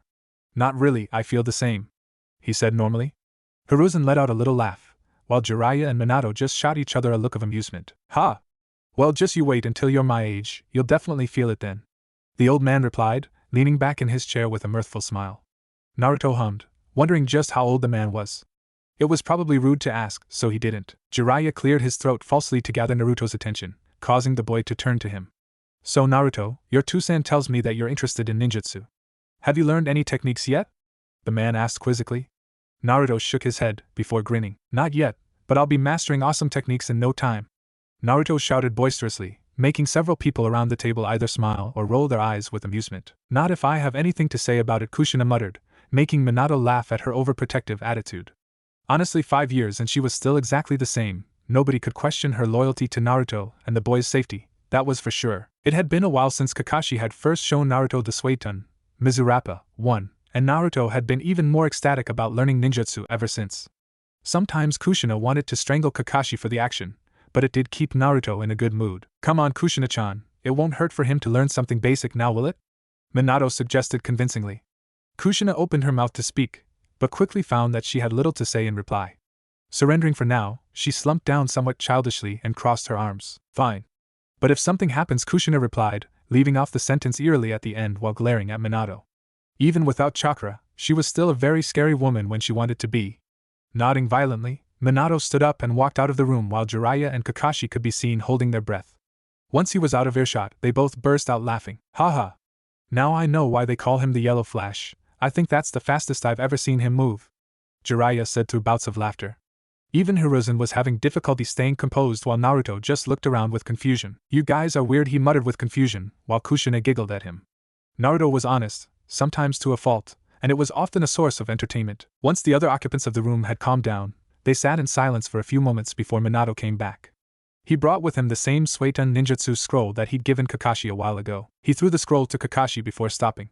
I have things I need to do, so if you'd like to teach Naruto that technique you showed him, feel free, Minato stated before disappearing. Kushina growled at where he once stood. Coward, he's afraid to face me, she thought, before a small smile came to her face. Now Kakashi, will you be teaching him in the same place as last time? Kushina asked calmly, as Kakashi nodded in affirmation. Yeah, I don't see any reason to change locations. That one is in good condition and is free of hazards as far as I know, he replied, but instantly felt a chill in the air. Realizing what he'd said, he quickly caught his tongue. I mean, it is free of hazards, he confirmed, as the atmosphere got calm once more. Ka-san is scary, Naruto thought to himself as Kakashi, Jiraiya and Hiruzen headed out with a small goodbye. He was a little confused as to why exactly his mother was keeping him, but he didn't exactly care. Kushina quickly moved the two of them into the living room, where they sat down on a chair before Kushina proceeded to look at him strangely for a few seconds. Naruto tilted his head to the side cutely, not sure what was going on before his mother cleared her throat and looked at him. Naruto-chan, you know you're Two-san and I love you very much, right? Kushina said suddenly and with a very soft tone. Naruto felt himself grow a little concerned at the strange proclamation, since, while it was obviously normal for a parent to do so, such open admittances usually heralded problems. Of course, Ka-san, why? Naruto asked as seriously as a 5-year-old child could be. The woman smiled to herself. His innocence was truly a wonderful thing. I'm worried about you, she replied, her tone not betraying her words. You seem so dead set on becoming a shinobi, which is fine. I'm just concerned you're missing out on your childhood. You always get so happy whenever we talk about shinobi techniques or ninjutsu, or when I tell you some of your Two-san's heroics. It's just scary to see you grow up so fast, she continued, while Naruto sat in silence. He wasn't quite sure how to respond to what he'd just been told, but he knew he wanted to say something. Ka-san, Naruto started, but before he could say anything he heard what sounded like sniffling coming from Kushina. He raised his head to see she had her own head lowered, while idly played around with some of her hair. I'm afraid you might think we would be disappointed if you weren't a shinobi, Kushina said, her voice breaking. And I'm afraid that, if you keep going like you are, you won't need me anymore, she cried out, and Naruto could evidently see some tears falling now. Before she could even think about it, she felt a force hit against her. Opening her eyes, she saw Naruto hugging her tightly, looking upset himself. I'll always need you, I love you, Ka-san. That's why I want to be a shinobi so bad, so I can protect you. I'll never forget about you, Naruto said honestly, while Kushina's tears turned from sadness to joy. She knew she was probably overreacting, and if there had been anyone else around, she would have come off as a hysterical woman. She could accept that, but the confirmation she so desperately needed in her heart was now out in the open. She'd always have her baby. Thank you, baby, Kushina said quietly, before sniffling and wiping her eyes. I'm sorry, I've kept Kakashi waiting. Now come on, let's go, she continued, as the two stood up and made their way to the door. What took you two so long? I'd been standing here for at least 20 minutes. Kakashi said in a very bored tone, from a leaning position against one of the many trees located in the training ground. Kushina noticed the book in his hand and sighed, but at least he had something to do. Then she remembered something and scowled almost instantly. Hey, don't you lecture me on lateness, Kushina spat irritably, while Kakashi laughed nervously, having been caught out on his hypocrisy. Naruto looked back and forth between them, not quite sure what they were talking about. At his age, he hardly realized the importance of deadlines, nor did he take notice of Kakashi's serial lateness. Let's move on, shall we? Kakashi purposed quickly, making Kushina calm down and nod with a small smile. She still didn't like this, but Naruto's assurance had eased her nerves somewhat. Right, do you remember the seals, Naruto? He continued, as Naruto furrowed her brows and pursed his lips. No, Naruto answered, a little embarrassed by his forgetfulness. He didn't realize Kakashi had no interest if he remembered or not. It was simply a question to speed along the process. Kakashi then gave him an eye smile before continuing. Don't worry, it isn't a test. The seals are dragon, tiger, hare.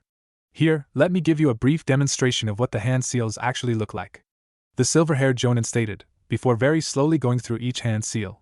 It never occurred to anyone why learning the hand seals seemed so straightforward, because they were actually quite awkward and complex in most cases. They spent the next half an hour going through the seals, having Naruto try to replicate them as best he could and then attempt to use a few in random sequences, to adjust to the awkward hand movements and quick finger adjustments that should have taken weeks to get right. Kushina sat at Naruto's side, occasionally correcting his hand gestures and seals whenever he blundered. It was nice that she could still help, despite her chakra situation. Speaking of the chakra situation, it was finally starting to look up. Her network was showing signs of significant recovery now, for the first time since Naruto's birth. The general hypothesis was that the birthing and removal of the Kyuubi in such a small time frame caused far more strain and damage than it should have, since a large portion of her chakra was being used to grow the child. It was not openly known why pregnancy and childbirth was chakra-intensive at all, but there were a few theories. The most well-regarded was that the chakra of the mother was being used to quite literally build the chakra network of the child, which was why clan traits and bloodline limits were passed down almost flawlessly to children who possessed them.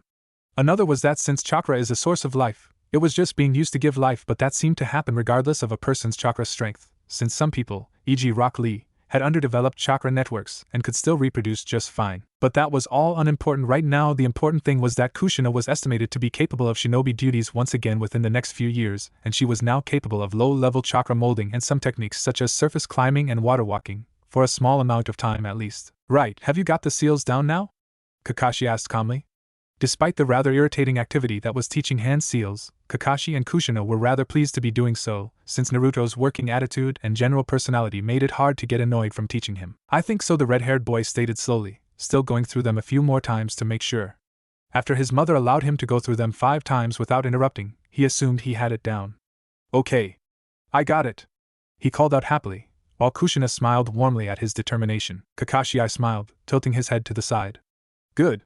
Now, since you know the seals and the technique, all that's left is for you to try it out, he said cheerfully. Naruto nodded happily, as he stood up and walked over to the grassy clearing, since he could water the plants for a secondary task. It never really made much sense to him, but he felt a synergy with nature. Stealing his expression and looking down at his hands, he went through the 3 seals required for the technique before gathering his chakra within himself and turning it to water, before readying himself to expel it. Suetun Miserapa 1, he thought, as he spat out the torrent of water. Well, he tried to. All that came out was a small stream of water, maybe enough to create a mild puddle. It had a decent level of velocity to it, but not really enough to cause any sort of injury upon being slammed by it.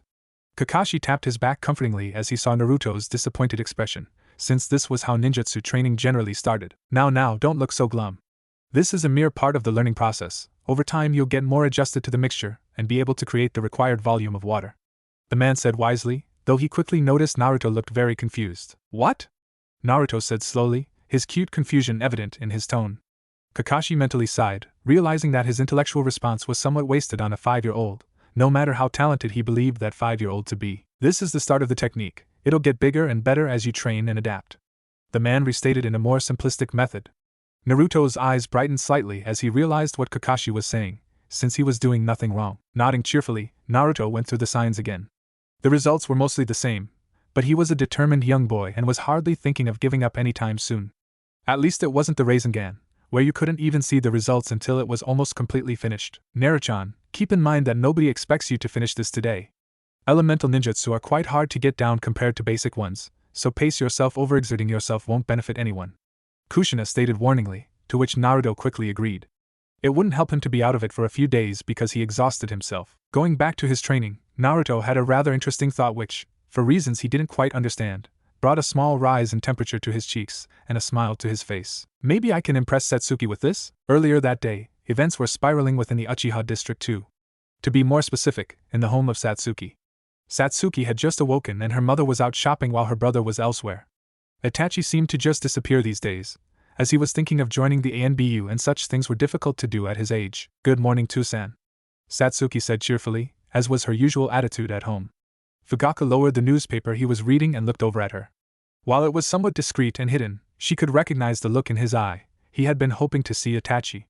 The thought made her clench her fist somewhat, but she didn't change her expression. Satsuki, yes? Good morning, Fugaku replied calmly, his face unchanging. Fugaku was a serious fellow, never really smiling or getting angry unless it was necessary. He also had high expectations, and for that reason he was very focused with Itachi. Satsuki and her father's relationship was a strange one. Nobody could outright state that either of them disliked the other in the slightest, because they both loved the other dearly and cared for them. The problem was Fugaku's lack of interest in Satsuki from a shinobi standpoint, and Satsuki's desire to be acknowledged for herself. Satsuki briefly walked out of the room after a small bow. She went straight to the kitchen to make some toast, get a small drink and an apple. Shinobi needed to be healthy, after all, before walking back into the room and sitting across from her father. The two sat in silence as Satsuki ate, and Fugaku read his newspaper. Satsuki would have described the atmosphere as awkward, while Fugaku didn't realize there was an atmosphere about the room, other than a calm one. After a lengthy silence, Satsuki decided to break it as it was becoming rather unbearable. Tusan, I was wondering, could you help me with my training later? She asked politely, trying to hide the hope in her tone.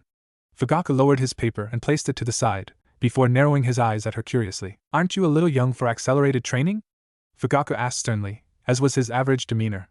Satsuki somewhat shriveled under his hard gaze and strong question, but swallowed her nervousness, to some degree. Itachi and Isen was learning things at my age, Satsuki answered in an attempt to seem logical, though it came out a little meek. Fugaku shook his head with a neutral expression, obviously finding her argument to be unimpressive. The thing with Fugaku was simple, he considered Itachi to be a great prodigy the likes the clan had never seen since Madara Uchiha himself. The village was strong under the leadership of the Yondaime, and he was doing everything he could to make the clan stronger in his wake. Itachi was his ace in the hole, the prodigy that would lead the clan to greatness. For that reason, his focus was on Itachi alone, to the point where he didn't realize he was shunning his daughter. What exactly is your reason for wanting to be strong, Satsuki? Fugaku asked with curiosity. Satsuki lowered her head, closing her eyes and thought. She had a few reasons, the first and most prevalent to be impressing her father and getting him to acknowledge her. But what was her deeper reason? I want to do right by the clan, to show the world our power and potential, Satsuki said with volume and passion. She briefly saw something in her father's eyes that she wasn't exactly familiar with. It almost looked like pride. That is an admirable goal, Fugaku started, a small smile on his face. But you needn't do so, Itachi is already doing just that, he continued, the smile having now vanished. Satsuki wanted to pull her hair out at that moment. She was getting pretty frustrated with this. She sighed almost inaudibly, not bothering to hide her disappointment. Fugaku barely noticed, turning back to his paper and raising it in front of him once more. Satsuki clenched her fist once more and grit her teeth, a quiet growl escaping her lips. She poked her tongue out at the man childishly before storming out of the room. Lowering his paper, Fugaku arched a brow. What's wrong with her? Slamming her bedroom door closed, not caring in the slightest and anyone saw her do so, Satsuki allowed herself to slide down its face. A small sniffle escaped her lips as a tear ran down her face, accompanied by a few of its brethren. She lowered her head and grit her teeth once more, feeling absolutely furious and yet heartbroken all at once. What do I have to do? I just want him to acknowledge me like Nissan, she muttered lowly through a few small sobs and sniffles. This wasn't exactly like her. She was hardly the type to weep over any small thing, but her mental fortitude was waning in regards to her father. She sat there for a while longer, not paying attention to the rest of the world. She thought about her shinobi career, and if her father would ever care if she even succeeded in it, it was starting to look very unlikely that he would. She could never blame Itachi, despite him being the source of her troubles, because he was far too good to her. A knock on the door made the young girl jump in surprise as she wiped her eyes as quickly as she could. Who is it? She asked quickly, as normally as she could. Behind the door, Itachi furrowed his brows in confusion. He wasn't considered a prodigy for nothing and he could somewhat make out the distress. Pretending to be oblivious, he smiled to get his mind in gear. Take a guess, Satsuki-chan, Itachi said warmly, patting himself on the back for the good acting. Satsuki shuffled to her feet carefully, in an attempt to avoid the "why were you against the door" question. Opening the door as calmly as she could, she flashed a small smile seeing Itachi in front of her. Hey Nissan, what's up?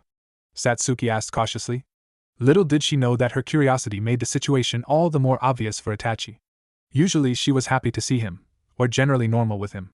Not once had she started with asking what was up. Not giving an exact answer, Itachi pulled her arm out of way and walked into her room. Satsuki pursed her lips slightly as she realized he was onto her. He was always good with reading situations. When he lightly brought her into the room, kicking the door closed, she knew she was in for an unwanted conversation. What's wrong, Satsuki-chan? Itachi asked calmly, but with concern in his strong voice. Satsuki debated whether to lie, tell the truth or avoid the question, but ultimately it wouldn't make a difference since Itachi was really good at this kind of thing. He would get the answer out of her, one way or another. I can't ever get Tusan to acknowledge me, she replied sadly, completely missing a small twitch in her brother's face. Itachi lowly growled at the mention, but quickly changed his expression to a more neutral one. You shouldn't be so concerned with Tusan's favor, you can be strong without it, you don't need his approval, the older sibling said with a surprising level of coldness. Satsuki gaped at the statement, not sure what Itachi was getting at. He always had Fugaku's attention, so why did he have such a strong opinion? Is there something going on between you and Tusan? The girl asked concernedly, making Itachi briefly frown at her. He quickly switched his expression to a comforting smile, poking her in the forehead and arching his eyebrows. It isn't important, we're just having a small disagreement about something, he replied assuringly, though Satsuki narrowed her eyes at him, his tone not carrying the usual strength that she was accustomed with. She had somewhat noticed that Itachi always seemed a little tense around their father, but thought nothing of it. The more she thought of it, the more it became obvious to her that their family had a few strained relationships. Itachi's constant absence would cause Mikoto to worry. Itachi apparently didn't get along well with Fugaku and her father barely paid notice to her. The only fully functional relationships were between her and Itachi and Mikoto. Nissan, could you teach me something, maybe some ninjutsu? Satsuki asked, shifting topics suddenly and making Itachi look at her with interest. It wasn't that he disagreed with her learning attitude, since he completely understood the concept of wanting to be strong while young, but he needed her opinion. Why? Itachi retorted quickly. Satsuki looked at him oddly, unsure what he was getting at. It was quite obvious why she needed help, wasn't it?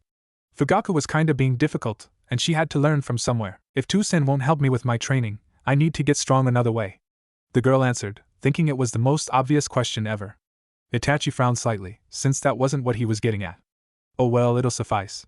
The elder Uchiha sibling thought to himself, being lightly brushing his hand through his black hair. So be it, come on, I'll show you something that'll be invaluable to you later in your career, Itachi stated comfortingly, before his face evened out. Though I'm warning you now, after I show it to you I'll be expecting you to perfect it yourself. I don't have time to be training you full-time, no offense. He asserted strongly, making Satsuki smile and shrug somewhat. None taken, and thanks Ni-san. On the small pier in the Uchiha district that overlooked a reservoir/lake, Itachi and Satsuki were just coming up to its edge. Satsuki and Itachi had chatted on the way over about Itachi's shinobi career and Satsuki's inevitable enrollment into the academy. Suffice to say, Itachi was impressed with her resolve, but her reasons were questionable. So tell me, this Naruto boy you've been bonding with over the past year, what's he like? Itachi asked casually, interested in what kind of person Satsuki's only real friend was. Satsuki, to his surprise, let a small but genuine smile rise to her face as the question was posed, and he could somewhat tell where this was going. He's interesting. He's always happy and determined, and he's got as much potential as I do, the girl replied happily, making Itachi chuckle lowly. It seemed Satsuki was a little smitten with the boy. The weirdest thing is that he never lets his family or clan define him, he always seeks his own power. She continued with confusion written on her face. Itachi smiled, pleased with the description. He sounds like a keeper. The boy replied jokingly, though Satsuki had no idea what he meant. Honestly, all these stupid jokes were lost on children as young as Naruto and Satsuki. What's that supposed to mean? Satsuki asked fiercely, not being one to take an insult lying down, whether she understood it or not, and certainly not one to completely ignore one. Nothing at all, Itachi muttered with contentment, flashing Satsuki an amused smile with a raised eyebrow. Satsuki's potential anger quickly dissolved at that, as, like Naruto, his smile quickly forced its way onto her own face. The two came to a stop at the end of the pier, as Satsuki looked over at the large expanse of water. She wasn't exactly sure what Itachi had come to teach her, but with a large amount of water the options were severely limited. Maybe water walking? No, that's not ninjutsu. Water ninjutsu? No, I doubt I have a water affinity, and even if I did, Itachi wouldn't guess it. That leaves. Are you teaching me the Katan, Gokaki no Jutsu, fire release, great fireball technique? Satsuki asked excitedly. She knew of the technique, and how the Uchiha clan used it as a rite of passage, to prove their strength and potential as shinobi. Her father would have to acknowledge her if she learned it. Itachi ruffled Satsuki's hair affectionately as he smiled at her. That's my clever Imato, little sister, as always you are correct, he said happily. Satsuki gained a confident smirk at the praise, always being one to overreact when she was praised. Maybe it was her Uchiha blood, but her hubris was greater than most 5-year-old children by a great deal. Itachi then poked Satsuki's forehead, in order to get her attention, before placing his hand in the Uma, horse, seal. Satsuki watched carefully as Itachi went through the seals with ease. Uma, Tora, tiger, me, snake, Hitsuji, ram, Saru, monkey, I, boar, Uma, Tora. Katan, Gokaki no Jutsu, Itachi said with a slow pace and yet great grace all at once, before calling out the technique loudly before breathing in, causing his chest to bulge noticeably, and breathing out a round spherical shape composed of pure fire. Satsuki's jaw almost literally dropped at the small sea of fire that Itachi was able to form with a simple C-rank Katan ninjutsu. It definitely went to show that Itachi was indeed a prodigy like few others. Itachi's skill with ninjutsu was hardly his greatest strength either, since his sharp mind, analytical and perceptive skills were simply brilliant. Well, there it is, feel free to practice with it.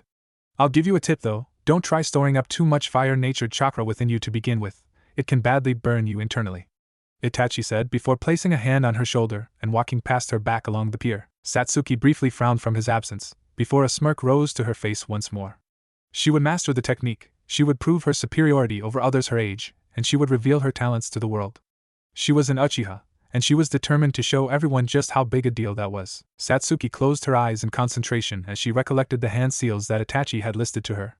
Going through them slowly, and with a noticeable level of difficulty in regards to getting them right, she focused her chakra carefully and turned it into Katan chakra, before breathing in carefully. Katan, Gokaki no Jutsu, she mentally exclaimed, not quite sure how Itachi managed to call out his own technique with his mouth literally filled with fire. A small stream of fire emerged from her mouth, before aggregating into a very modest fireball. After Satsuki ran out of breath and fire, she stopped exhaling, before leaning down and panting harshly. The whole extended breathing thing would be hard to get used to. It's not big enough, not even close, Satsuki panted out, a bead of sweat rolling down her face from the heat of the fireball. There was obviously some sort of trick to getting used to the breathing and the heat, but that was a problem for another time. I will get this down, she continued, going through the seals again. Everyone had to start somewhere, even the Uchiha. A week passed with Satsuki and Naruto continuing to train in their techniques, all the while completely oblivious to the struggles of the other. They may not have realized it, but their rivalry was somehow budding without any sort of intervention from either of them. Both were learning C-rank elemental ninjutsu at the same time. Satsuki was currently in the midst of one of her favorite pastimes of all, walking through the woods. It may have seemed somewhat strange for a 5-year-old girl, who was quite obsessed with strength and power, to have such a benign and peaceful hobby, but Satsuki didn't take the time to notice the irony. While she had spent the week in difficult training, which had resulted in some burns and exhaustion, much to Mikoto's annoyance, she was feeling pretty good about the technique now, so she was taking some time to herself. While continuing her walk, she heard running water, but not in the usual sense. It sounded louder, faster, and more sudden than it should have been. "What is that noise?" she muttered to herself, furrowing her brows and walking with newfound speed towards the source of the noise.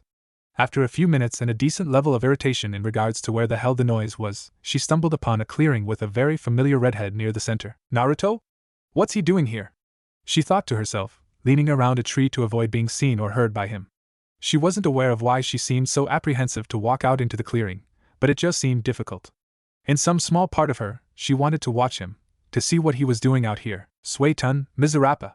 Naruto exclaimed from a distance, before blowing out a thick stream of water that was significantly larger and more powerful than the one he had originally created. It seemed as though his technique was quite close to being completed as well. Satsuki looked on with interest, unsure of her rival's full skill. "Let's test him," Satsuki thought with an almost cruel smirk. She discreetly went through the hand seals Itachi had shown her, before breathing in deeply and bursting through the clearing. "Katan, Gokakyu no Jutsu," she called out mentally, before exhaling the ball of flames towards Naruto. The boy quickly spun around and widened his eyes at the large fireball approaching him. "Crap, I can't dodge that," Naruto exclaimed mentally, as his young mind whirled. Coming to a simple conclusion, he slowly went through 3 signs before leaning back slightly, building chakra within his gut. He then proceeded to expel another thick stream of water, quickly coming into contact with the fireball and canceling it out. Naruto exhaled in relief, before getting into a somewhat battle-ready stance, since someone obviously attempted to attack him with that fireball.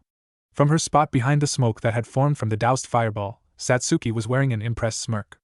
Naruto had definitely passed her little test, so she was pleased for now. She walked forward at a controlled pace, attempting to walk through the smoke. She was stopped when a strong thing slammed into her and drove her to the ground. She blinked wildly, trying to see through the smoke and the slight concussion from hitting the ground, before finally realizing that she'd been tackled by a red-haired boy. "Satsuki? What are you doing here?" Naruto stuttered out quickly, blushing noticeably from their compromising position. Satsuki forced down her anger, since this situation was her fault, before looking up him with a cocky smirk. "Easy there, Kauba, I was just testing you," Satsuki replied teasingly, pushing up on Naruto's arms to get him off her. Naruto allowed himself to be pushed into a sitting position as Satsuki began to stand up, before she grabbed his own hand and pulled him up, once more missing his blush. Brushing himself off, Naruto raised an eyebrow at her. "So you shot the fireball at me?" he said, obviously knowing the answer. Satsuki nodded nonchalantly, making Naruto roll his eyes. "You realize you could have seriously hurt me, right?" he continued, as Satsuki smirked once more. He was hardly fit to be her rival if he couldn't use his tools to protect himself, and ninjutsu was a large tool. "Well, I didn't, and I felt like seeing how good you'd gotten," she stated as though it were obvious. Naruto's eyebrow twitched as he opened his mouth to reply, before simply closing it and throwing a hand out in defeat. He couldn't be bothered to argue with the girl right now, and he'd prefer not to argue with her at all. It was safe to say that the two were able to function together quite well, even if Satsuki had a problem ever being concerned for him or his feelings, since she wasn't built to do so. Then there was the fact that, despite acknowledging them as friends, she hardly acted like it, more of acquaintances or allies. The relationship was still weird, with Satsuki being a clear shinobi-focused girl who simply wanted to be perceived as strong, while Naruto just wanted to enjoy life and friendships. Some would question how the two got along at all, but they still managed it. "So, how good am I?" Naruto asked with clear amusement. Satsuki looked at him strangely, not sure what he was getting at, but decided to indulge him nonetheless. "You're definitely strong for your age, not as strong as me, but you know," Satsuki replied nonchalantly once more. For some reason, rather than annoying Naruto or perturbing him, it made him flash a smile that could be perceived as one that would accompany a challenge. "Oh really? Aren't you confident?" the redhead replied jokingly, before grinning foxily. "You want to put your theory to the test?" he challenged confidently. Satsuki raised her eyebrows at the question since she'd never gotten a challenge from him, nor did she pressure him for one, mostly because she didn't deem him worth it up until now. "Maybe another time. I'd hate to wipe the floor with you right after interrupting your training," the onyx-eyed girl retorted with a smirk, closing her eyes and crossing her arms to appear superior. Naruto huffed lightheartedly, believing that she was chickening out, but not wanting to pressure her either. After a brief catching up and chat, Satsuki wandered off back into the forest to continue the walk he'd inadvertently interrupted. Naruto smiled happily at the encounter, knowing that he'd somewhat gotten through to her. Until next time, Satsuki. After their accidental training encounter, Satsuki had started to take Naruto seriously as a rival and though she wouldn't admit it, friend. They regularly met up in the place they met to train together. Not that many people knew about it. Naruto wanted to keep it a thing between them, since in his mind it represented a show of trust. Satsuki believed it may be frowned upon to fraternize with another clan, so she kept it hidden for the most part. In the Uchiha district, she had been convinced by Itachi to spill the beans about where she kept wandering off to. Flashback no jutsu. Satsuki was wandering through the woods after a small training session with Naruto, and he continued to both impress and slightly irritate her with his skill. She was a very prideful person, like the General Uchiha, and the constant reminder that Naruto was just as good as she was actually not as annoying as she thought. It was actually a little comforting to have someone to compete with and be able to compare yourself to, since being on your own level tended to get very boring. Sure, it'd be fun to start with, but the lack of a challenge would eventually get tiresome, though she'd hardly be happy if he hadn't been from a strong lineage as well. She still had her pride. Discreetly sneaking back into the Uchiha district, Satsuki casually walked through the streets while taking in the sights as usual. It was a massive place really, though it was almost never full. It was probably only as big as it was because the founders of the village didn't want to risk it ever overfilling. She creeped into her house and saw nobody at home, so she smirked and walked towards her room before she heard something she didn't want to. Back so soon, Satsuki-chan? Satsuki froze mid-step, with an expression that all but screamed caught in the act. She sighed and turned around slowly to see Itachi sitting on the roof with a large smirk. Satsuki felt the urge to throw something at him for tricking her with a technique she didn't know, but that would hardly get her out of her predicament. He then promptly detached himself from the roof and quickly spun himself to land in an elegant crouch, holding the position for a moment for no reason other than to annoy Satsuki. The girl rolled her eyes at the action, but the small smirk on her face revealed that she was amused by it. So, where were you sneaking off to at this hour? You usually asked me to help you with your training around now, but recently you've been strangely absent, Itachi stated factly. Satsuki could tell he knew more than he let on, since he always did, but his lack of openly saying it made it infinitely more difficult to ascertain his knowledge. Oh, you know, I've just been wandering around the Uchiha district, Satsuki stated convincingly, but she noticed Itachi had his Sharingan active, which obviously made lying harder because it could be used to see the smallest traces of body language. Itachi, at a very slow, almost agonizing pace, started walking towards Satsuki with a very sharp expression. Satsuki felt the need to retract her eyes from his gaze since he was very imposing when he looked at her like that, despite his otherwise unimposing demeanor. We can do this the easy way or the hard way, Itachi said with an almost fearsome level of severity. Satsuki merely crossed her arms and looked away from him in defiance of the action, but that was exactly what he wanted. Hard way it is, he said, the severity being replaced by a devious smirk. Satsuki briefly wondered what he was implying, but then he started doing something she would never guessed. It was her secret weakness, tickling. Stop! Satsuki shrieked while laughing, trying her hardest to worm her way out of his firm grasp so the torture would stop. Itachi's smirk broadened, not caring in the slightest about her pleading. It was so amusing being the elder sibling. Not until you spill, Itachi teased. Satsuki growled as best as she could from her position, which included violent writhing and uncontrollable laughing. This will only get worse as you resist, Satsuki-chan, he advised. After a few moments more of her being teased relentlessly, she finally broke. Enough. I'll tell you, she shouted, and soon enough she found the sweet ability to breathe again. Breathing in deeply, she tried to slap Itachi for being such an ass, but he swiftly grabbed her wrist and shook his head with amusement. She gathered her thoughts, her mind being somewhat clouded after wasting so much oxygen on relentless laughing, before simply glaring at Itachi. I've been training with Naruto, Satsuki admitted quietly. Itachi arched a brow at the answer, not entirely sure why she seemed ashamed.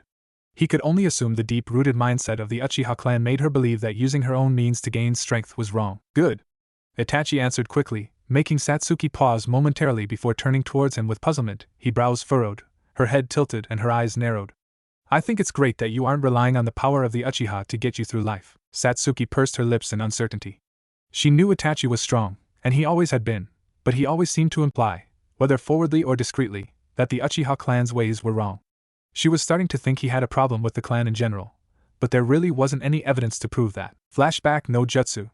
Kai, and as normal he was very supportive of her training with somebody outside the clan. The Uchiha always were too proud to admit that anyone outside the clan was capable of helping them get stronger, so he encouraged it. Kakashi had actually gone looking for Naruto and, due to his keen senses, was able to find the two in the act. Naturally, he had begun to tease Naruto about his secret getaways with the young girl. Naruto had obviously gotten quite annoyed of that on a regular basis, but Kakashi didn't actually seem to care. After she learned the katon, Gokakyu no Jutsu the mere age of 5, Fugaku starting paying much more attention to Satsuki, and she was definitely enjoying it. It was a little strange that he mentioned something about her not following after Itachi, but that was that. So, the two were now in the usual training ground and were just about finishing their session. To Naruto's credit, he would never go easy on Satsuki, though they hadn't properly sparred yet. They mostly tested their moves on the other, slowing their attacks and lessening the force considerably, so that they could get an idea of how to overcome their flaws. Suetun, Mizurappa, Katon, Gokakyu no Jutsu, these were the shouts of the two youths, as they regularly attempted to get the edge on the other by overpowering their rival's technique. So far, and to Satsuki's dismay, they had evened out on every test, with neither being able to get headway on the other. The same result was achieved this time around, and Satsuki instantly let out a small whine. "Arg, why can't I beat you?" Satsuki muttered irritably, pinching the bridge of her nose. Naruto shrugged with a smirk, before brushing some obstructing red hair out of his vision. Satsuki had regularly commented on how weird his hair was, being spiky in places and straight in others, but he didn't care. He liked it, and she even agreed that it suited him. His hair went down to around the jawline on the sides, midway down the neck and hung clumsily over his face. It was surprising that, despite having to move it out of his way quite often, the front did not impair his perception at all. "Maybe because I'm awesome?" Naruto retorted, making Satsuki shake her head and roll her eyes. Her mid-length ponytail swayed from the action, which was something Naruto secretly found to be quite interesting. It wasn't interesting on its own, but the fact that she had a ponytail, which was surprisingly uncommon for a 5-year-old, made it interesting.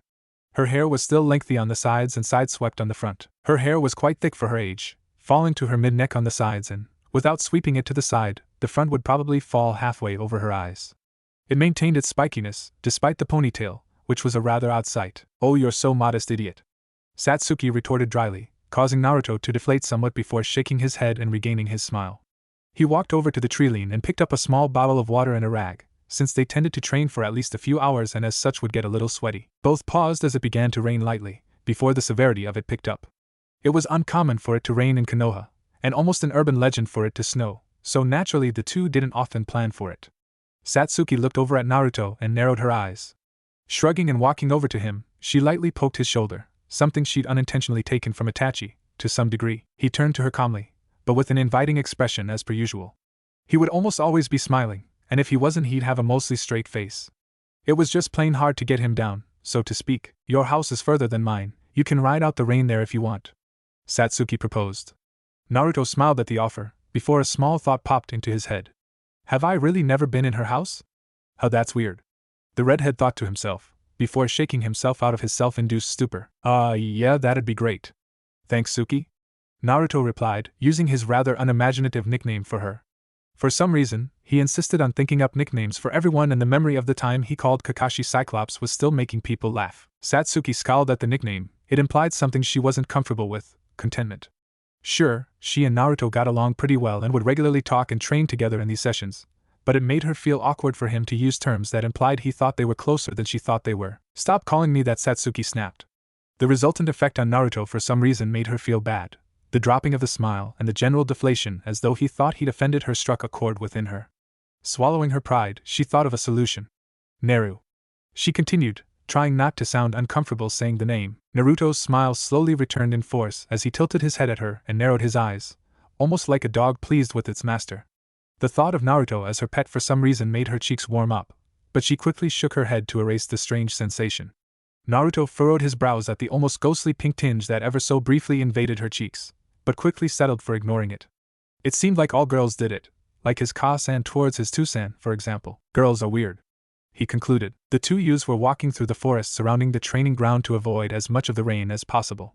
It was strange to see such a rainstorm start so quickly, and with such little warning. Naruto was looking around warmly, as though he was looking at something he deeply appreciated, while Satsuki watched him curiously. "What are you doing?" Satsuki asked suddenly, making him turn his attention to her with a "Hm?" She raised a single eyebrow at him with a smirk on her face. "I said, what are you doing? You've been looking around like a window shopper for the last 5 minutes," she stated knowingly.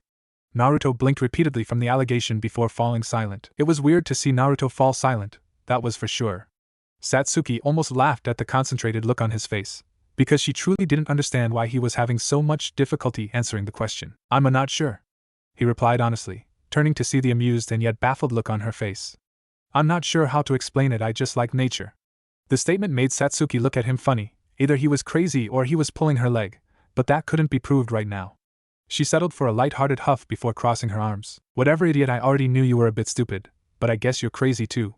She retorted teasingly, with that oh-so-infamous smirk that said she was the winner. Naruto opened his mouth to reply, but a large droplet of water fell from the leaf of a tree and landed right on his head. He groaned and wiped the water off while Satsuki chuckled at his misfortune. After wiping the majority of it off, and having his hair look basically the same despite the wetness, he went back to glaring at Satsuki. Hey! I'm not stupid! He defended, while Satsuki just kept smirking at him smugly. He tried to think of a witty retort, but found none. Just whatever? Think whatever you want, but I'll just end up winning from you underestimating me. He continued cleverly, knowing that claiming he won was a sure-shot way of getting her attention. Satsuki snorted derisively, not taking the threat seriously on the outside. She did consider him a fair rival, and she acknowledged his skill as being around the same level as her own, but that didn't mean she had to degrade herself to admitting it. What was she, crazy? In your dreams, idiot? We both know you can't beat me, the onyx-eyed girl said with certainty. Naruto shook his head at her, though he somewhat agreed with her. They were both roughly the same in terms of skill, but winning an argument with Satsuki was an exercise in futility. She just wouldn't let the smallest detail escape her. That remains to be seen, Naruto muttered noncommittally. Then he had a thought. Speaking of which, we start the academy soon, right? He queried inquisitively. Satsuki's eyes widened ever so slightly from the proclamation, since, in all honesty, she'd completely forgotten about that. Surely somebody should have reminded her by now. It was getting pretty close, a couple of months at most. You're right, she muttered in response, before a genuine smile crossed her face. Then we can see who's really better. The level of cheer in her voice was almost worrying to Naruto, since he didn't want to know what she was planning. Still, it couldn't have been too bad, right? Regardless of his worry, Naruto still nodded with his own smile. It was always refreshing to be around Satsuki. She just made his life just a little more interesting.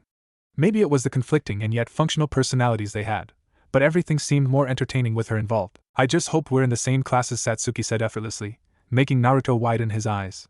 Such public statements that she actually liked being around him were few and far between. I mean, who else can keep up with me? And it was gone. Oh well, it was nice while it lasted, right? Naruto drawled out humorlessly, getting a weird look from Satsuki, but he shrugged it off. We're getting close, Satsuki said, as the tree leaned because too thin and there were obvious lights visible through the harsh rain. Naruto looked at the district and whistled. It was bigger than he imagined.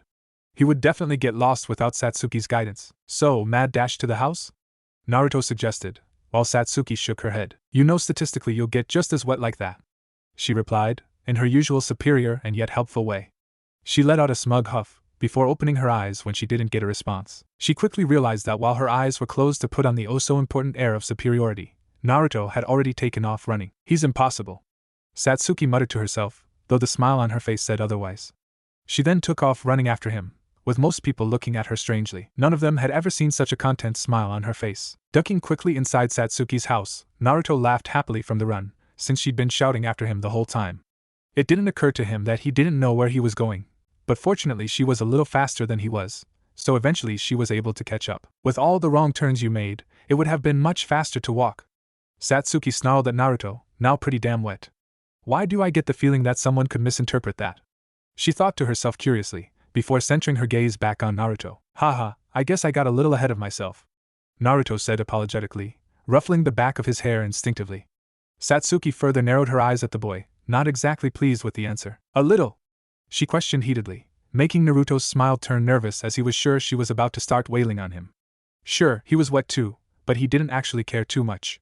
Maybe it was the Sueton affinity, but a little dampness never irritated him in the slightest. Alright, I got way ahead of myself, but it's not that big a deal, the redhead affirmed, raising his hands in a placating gesture. Satsuki continued to glare at him for a few moments, while squeezing her ponytail between her hands to reduce the dampness. While the two were bickering, they didn't notice the new presence within the room watching them curiously. It was certainly interesting to see Satsuki so emotional with anyone who wasn't from the immediate family. Cough cough. What?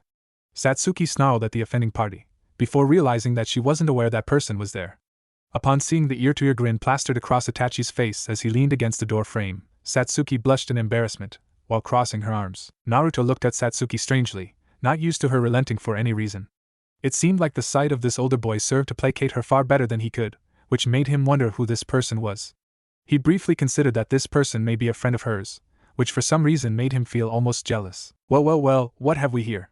The black-haired boy asked with clear amusement, while Naruto wasn't sure what to make of the situation. Satsuki turned to glare at him, while he just smirked back at her. Why were you two in such a rush, he asked, and Naruto was about to answer when Satsuki threw a hand over his mouth. Nisan, I'm in no mood for your annoying comments, she retorted irritably, while Naruto chuckled nervously. It's pouring down. We were trying to get out of the rain as quickly as possible, but this idiot had to go running all around the district because he didn't know where he was going, she said, once again turning to glare at Naruto. It seemed she wasn't a rain person. Itachi turned his gaze to Naruto and discreetly sized him up. He seemed fit for his age, his posture was good, and he wasn't acting overly casual in the home of another. His initial conclusion was simple: Naruto seemed like a perfectly decent boy. I apologize for my remarks, Satsuki-chan. So, you must be Naruto, my dear Imato's friend, Itachi stated with a warm smile, before his expression turned devious. You know, she thinks quite highly of you, he stated, making Naruto look over to Satsuki with surprise. Ni-san! Satsuki shouted, a bright red tinge decorating her cheeks from embarrassment. Naruto smiled at the look. She seemed so much more girly and cute when she was embarrassed. Itachi laughed joyously from the look on Satsuki's face. It was truly priceless and very rare to see. Still, it was also quite amusing to see how Naruto reacted to it.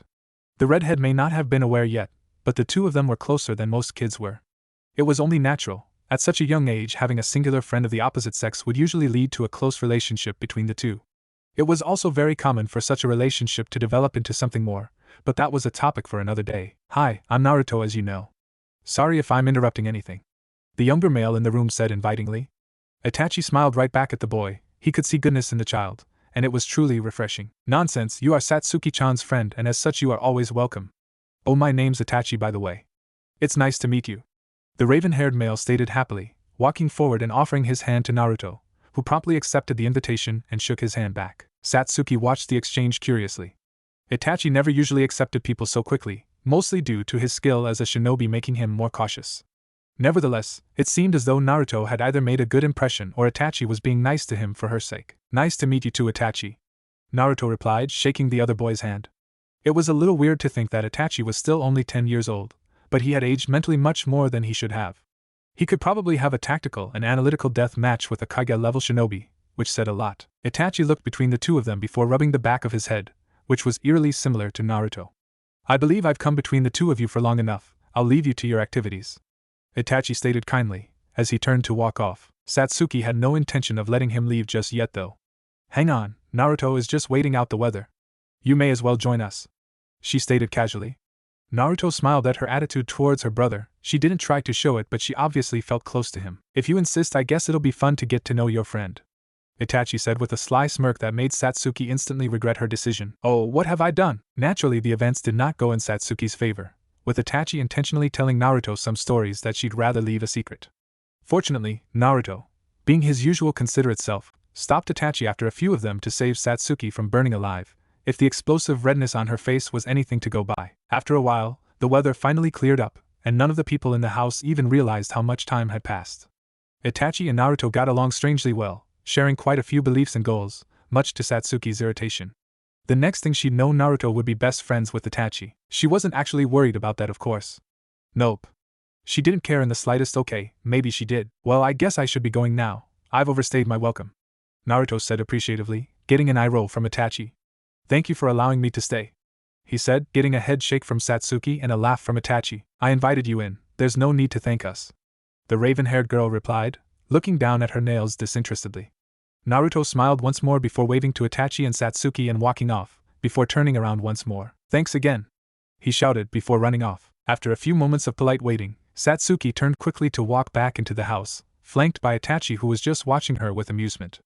It seemed as though she just wasn't sure what to do in regards to Naruto, since she was friendly and yet difficult all at once. She was such an unusual girl, but that was one of her quirks. So he's an interesting kid. He doesn't exactly strike me as someone you'd be interested in, Itachi remarked calmly, not having the teasing tone he'd adopted for the last few hours. Satsuki looked over to him and narrowed her eyes at him, unsure what he was implying. Is that meant to mean something? The young Uchiha girl asked dangerously, not afraid to attempt to pulverize Itachi if he insulted her. Itachi shook his head, still seeming completely serious in what he was saying. Not a thing. It's just that, you know, he's nice, considerate, energetic, hardly your type, he replied, and Satsuki still couldn't find the easygoing tone. It was strange, he was hardly the type to insult her personality. Sure, sounds like you're implying something to me, she replied, actually sounding a little hurt by what he said. She lowered her head a little and began walking out of the room before abruptly stopped and turning back to him. Itachi could see he struck some sort of chord, so he frowned in thought. He hadn't meant to insult her, but at the same time he hardly knew that she was so vulnerable in regards to her somewhat imperfect personality. You know what I mean, Satsuki-chan, he said softly, while Satsuki turned away from him, still seeming insulted. You're a serious girl, quite the taskmaster, and not exactly a people person. I can't exactly fathom how you get along well with someone like him. The statement had Satsuki closing her eyes rebelliously as she crossed her arms and huffed, but she could see where he was coming from. She herself sometimes doubted just how long their friendship would last, since she was all but forced to refer to it as such, and she just didn't understand how Naruto found her to be, well, a good friend figure. I know, she replied suddenly. Itachi looked at her in confusion, unsure what exactly she was agreeing to. I don't understand either. If I was like him and he was like me, I'd probably just go find some nicer and more friendly people. I haven't been the best company. The look on her face made Itachi realize that she'd thought about this before, and obviously she was struggling to find an answer to it. He obviously sees something in you, Itachi said firmly, making Satsuki look at him with almost worry. You two have known each other for almost 2 years now. I highly doubt he would keep this friendship going if he didn't like you, and despite your usual attitude around other people, you've obviously found a reason to continue it as well. Not including the rivalry, he stated, completely certain, as usual. Satsuki frowned for a few moments while looking down. Itachi watched her eyes occasionally dart around as her mind worked, and it was a little annoying to have complete silence. Then she raised her head to look at him, actually smiling quite happily. You're right, I guess it'd be because I admire his personality. He was born the son of a Kage, and yet he's still so considerate and sociable.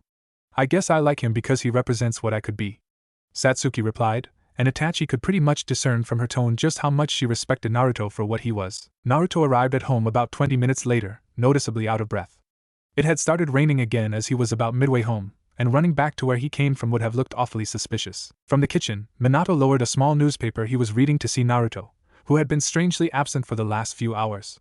He trusted his son, and knew that a discreet seal placed on the boy would inform him if something was wrong or if he got too far from the village. Still, that didn't mean he wasn't curious. He was very keen and analytical, and he could easily notice Naruto's strange attempts to get out of the house. If he was older, the man would have guessed he was sneaking off to see a girl. Back so soon? The blonde man said loudly, making Naruto jump in surprise before centering his gaze on Minato.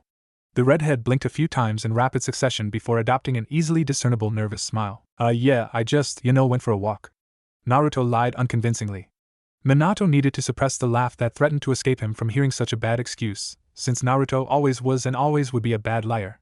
It was in his nature to be honest, so it simply didn't work for him to lie. That being said, playing along when he did try to lie was actually pretty damn entertaining. Minato leaned forward on the table, centering a piercing but still kind gaze onto Naruto. For this long? The blonde responded in mock surprise. Naruto nodded in a robotic fashion in response, while Minato questioned mentally just how Naruto thought this was believable. Well, I'm surprised you were able to keep yourself entertained. Walking is pretty dull, he said with a straight face. To his surprise, some of Naruto's tension, due to the obvious lying, drained away at the last statement. It was strange, but the concept of walking seemed to calm Naruto down. I don't think so. Nature is beautiful. I could walk through the forest for hours, the boy said happily as his eyes drifted, a sign that he was mentally thinking it over quite actively. Minato rolled his eyes at his strange, but irreplaceable son. If you say so, Minato began, before slamming a palm down onto the table exuberantly. Now, where were you really? He continued with a joyous smile, taking pleasure in Naruto's widening eyes and fidgeting hands. Naruto continued to fidget and dart his eyes around for a few moments before sighing and ceasing all nervous movements. He then centered his gaze right on Minato, who watched eagerly. I was with Satsuki. I've been training with her for months now, Naruto said truthfully, crossing his arms in habit. It was a common thing for those who liked to use their hands, since allowing their hands to rest lifelessly at their sides was harder than it seemed. Really? I had no idea, Minato replied casually, though he truly didn't know. It was weird that he wouldn't notice such a thing, but then again he could have found out day one if he really wanted to. He stared closely at Naruto for a few seconds while the boy just looked at him impatiently, obviously dying to do something. Alright, you can go, the Kage stated tiredly, since he was actually taking a brief respite from paperwork. The best thing about the Hiraishin was the ability to instantly move oneself home during a break. Every time he was free, he simply jumped back to his house to enjoy the brief break, since they didn't last nearly as long as he would have liked. Naruto nodded and charged upstairs, completely oblivious to the small frown that formed on his father's face. Nature is beautiful, huh? A few months passed from that point, and Naruto and Satsuki continued to train together. Now though, they'd constantly be reminded of it at home, which was starting to get a little annoying. During this time, Naruto and Satsuki had turned 6, and it was just about time to start the academy.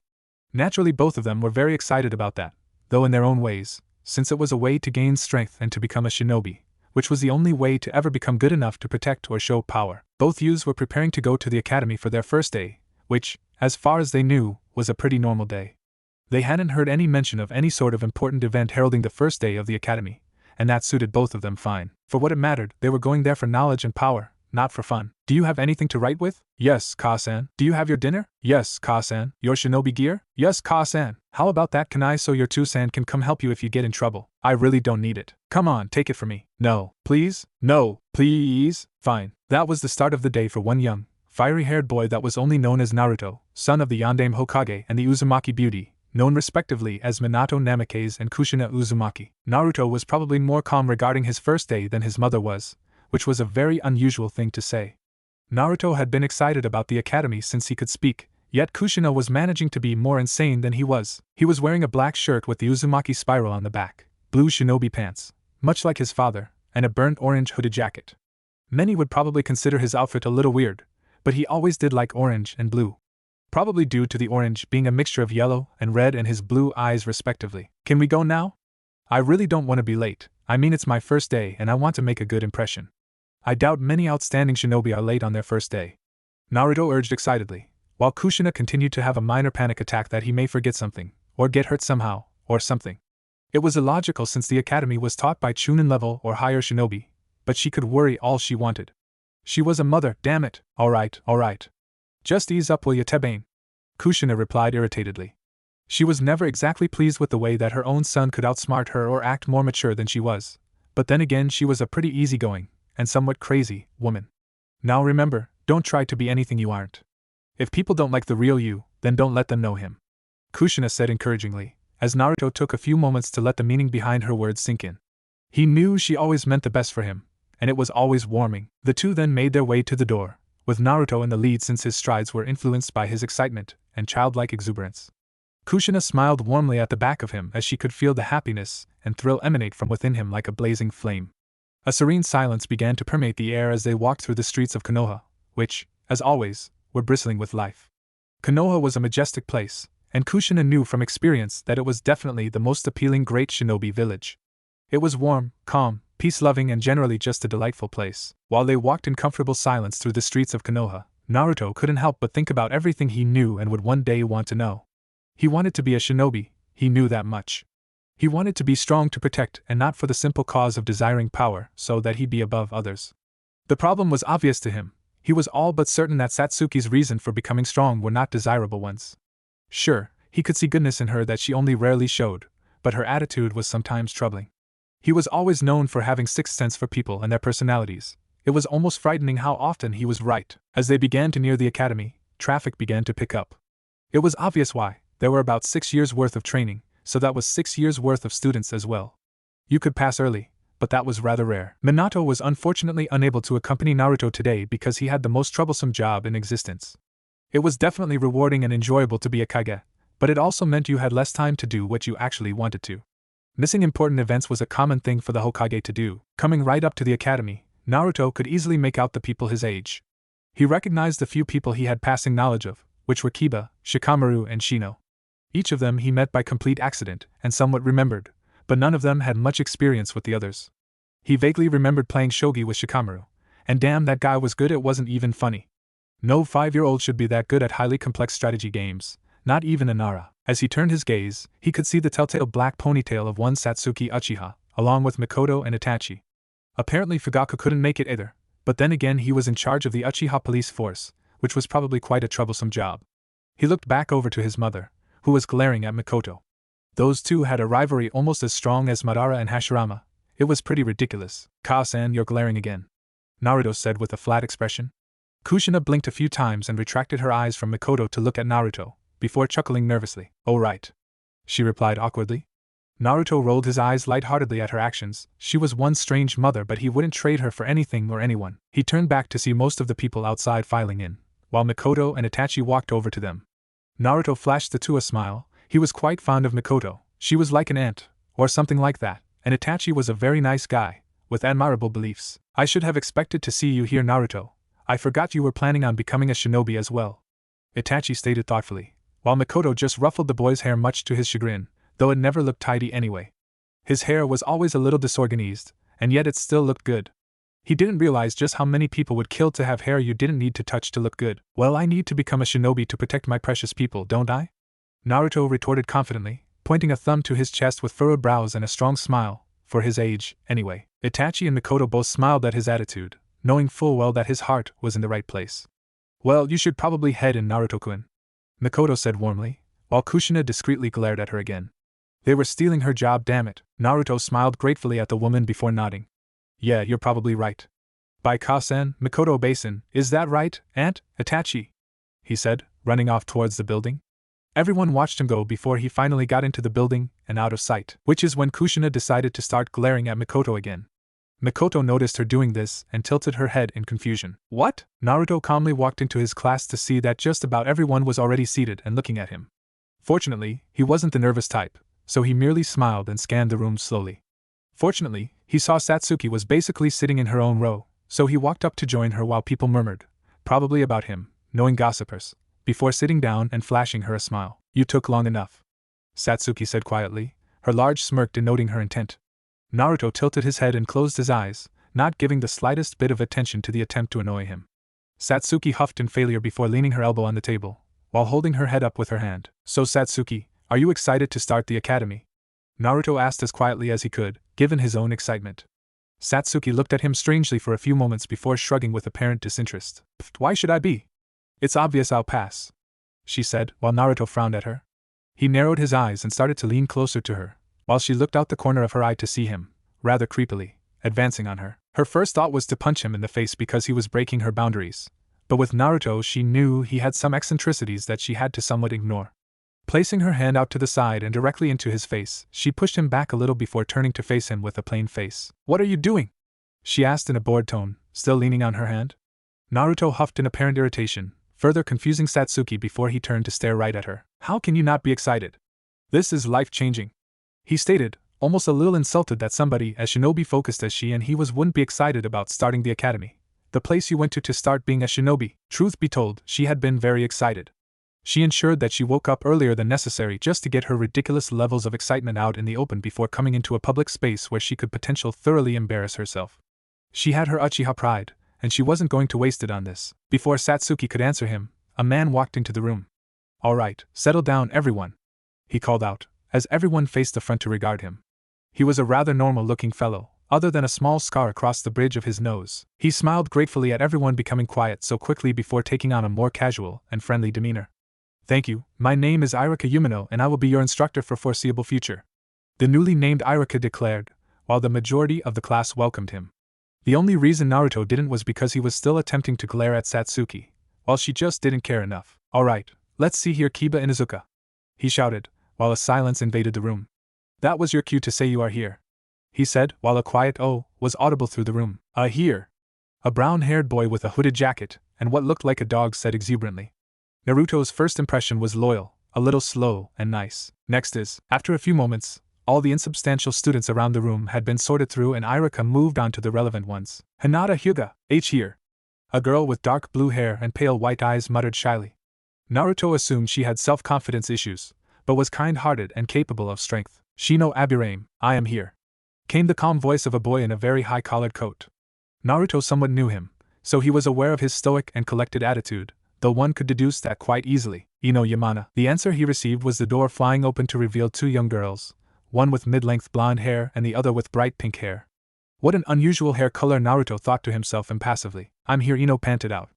Naruto assumed that she was running, literally, late. His impression was drama queen and appearance freak, but still good. Right, Shikamaru Nara? Came the muffled sound of Shikamaru, who had his head to the desk, the only thing revealing that he answered being his lazily raised hand. Irika rolled his eyes but decided to ignore it for now.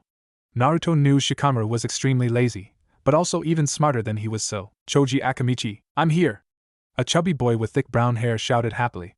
Naruto could tell he was a nice kid simply from his answer, and his personality radar wasn't even necessary. Just sigh. Yes? A black-haired, pale-skinned boy said unconvincingly. Naruto couldn't get a good reading on him, He just seemed so fake. Sakura Haruno, here! Came the loud voice of the pinkette, who was now sat beside Naruto. He briefly wondered how he didn't notice her, especially with that hair color, but let it go just as quickly. He could see goodness, but also bad tendencies and a bit of a brutish personality in her. Satsuki Uchiha, yep. The black-haired girl said emotionlessly.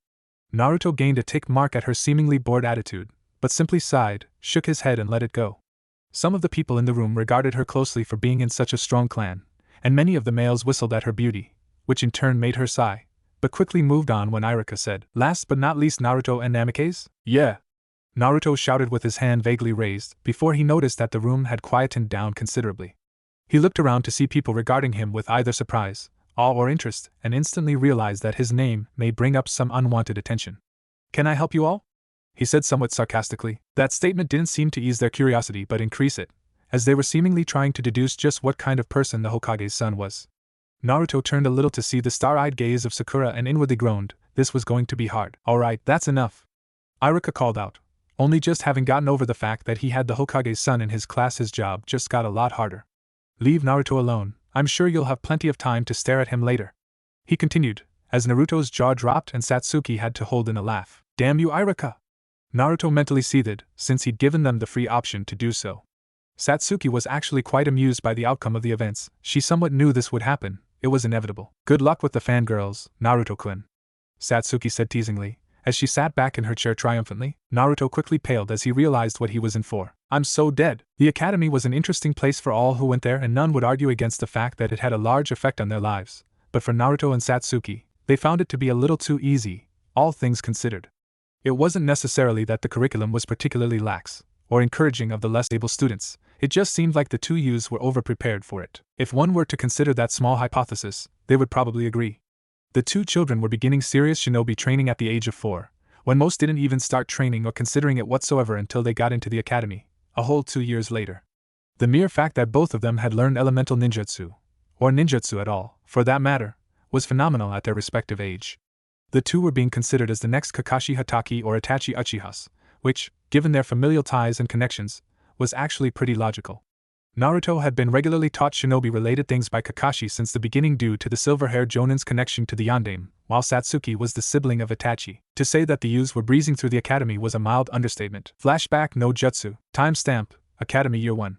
Class ages, 6 to 7. Alright class, it's time for a little history lesson, but first we'll have a little test on some important topics, Irika stated cheerfully, as was his normal demeanor, while most of the class groaned in tandem. Naruto smirked with obvious amusement, knowing that the majority of the class was actually fully capable of answering most questions thrown at them. It seemed to be a subconscious reaction to tests in general that a person groan, or something on those lines. He looked to his left to see his best friend and rival, Satsuki Uchiha, looking bored as usual. Looking to his right, he briefly caught Sakura staring at him, before she snapped away when he looked her way. His eye twitched slightly as he contemplated setting her straight, but he was far too damn nice to do so. First question, what was the Shodai Hokage known for? Irika asked quizzically, as the room seemed to fall into silence. Naruto had taken to not answering immediately whenever he knew an answer, since the others in the class needed to learn sometime. Satsuki did the same, though it was mostly because she wanted to see if Naruto knew as well. Nobody? Naruto, how about you? The man continued, as Naruto straightened in his seat. Do you want more than one answer? Because there were a few things I think. Naruto stated kindly, while Irika looked at him with a small frown before shrugging nonchalantly. Okay, then first there was the Mokutan, since he was the only one in history to possess that ability. He created peace between the Uchiha and Senju clans, and he established the village system which the entire shinobi world now follows. Irika blinked a few times before shaking his head and sighing. The only answer he was expecting was the Mokutan or the village system, but he wasn't expecting them both on top of the Uchiha/Senju peace treaty. It was probably a bad idea to ask Naruto anything Hokage-related, given the identity of the boy's father. Still, it did get the answers he needed, along with other spare details that he would have to mention himself in more depth later. Satsuki looked at him with a satisfied smirk. It's just like you to go ahead and say everything possible. If you're not careful, people might call you the teacher's pet. Naruto huffed at the jab, crossing his arms and looking forward with his eyes closed, not sparing her a glance. She then nudged his arm with her elbow, making him drop the rebellious pose and look at her. So we're still even then? She said, referring to a little game they had going between them. They basically just tallied which of them got questions wrong and right, and whoever had the best ratio was the winner. Currently neither had gotten one wrong, but there were many years ahead for now, but you should know I don't give up. Naruto replied, with his usual determination and fire. Satsuki smirked in response, crossing her arms and giving him the smuggest look she could pull off. And you should know that I don't lose, she retorted before shooting him a wink, which got a glare at her from Sakura and gained Naruto a glare from some of the more lecherous males in the class. I'm looking at you, Kiba, and facing forward once more. Flashback no jutsu. Kai. Since it was very rare for students to make casual competitions about which messed up more often, that wasn't to say they weren't learning anything in the academy, because they were definitely improving. It was just that they advanced much less than the rest of the class because of their superior skills. Naruto had actually made the best of a bad situation with his fangirls, since he was a nice person and regardless of his views on them he was still courteous with them. This helped to make most of them slowly but surely drop out of the fangirl state of mind and into a more casual relationship. Fangirls were generally fangirls because they envisioned things about cool people, and since Naruto was so open and approachable the envisioned state was eventually replaced by facts. This also caused Naruto to be slightly unpopular with the male population of the class, since most of them were jealous of his ease with everything shinobi related and just how easily he got along with the girls in the class. That wasn't to say he didn't get along with any of them though, because there were a few he did get along with. Kiba Inuzuka was a pseudo-rival for Naruto.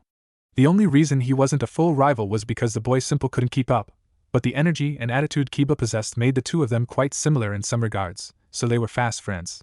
Kiba was a little jealous of Naruto's friendliness with Satsuki, who basically despised the Inuzuka, but it didn't get in the way too much. Shikamaru and Choji were pretty easy too, since the two were together nearly all the time. Choji was a nice and friendly person, so he and Naruto got on well. Shikamaru was lazy, but very intelligent, making him quite easy to approach for Naruto, since the Nara was just about the only person in the class who could outsmart him on the male side.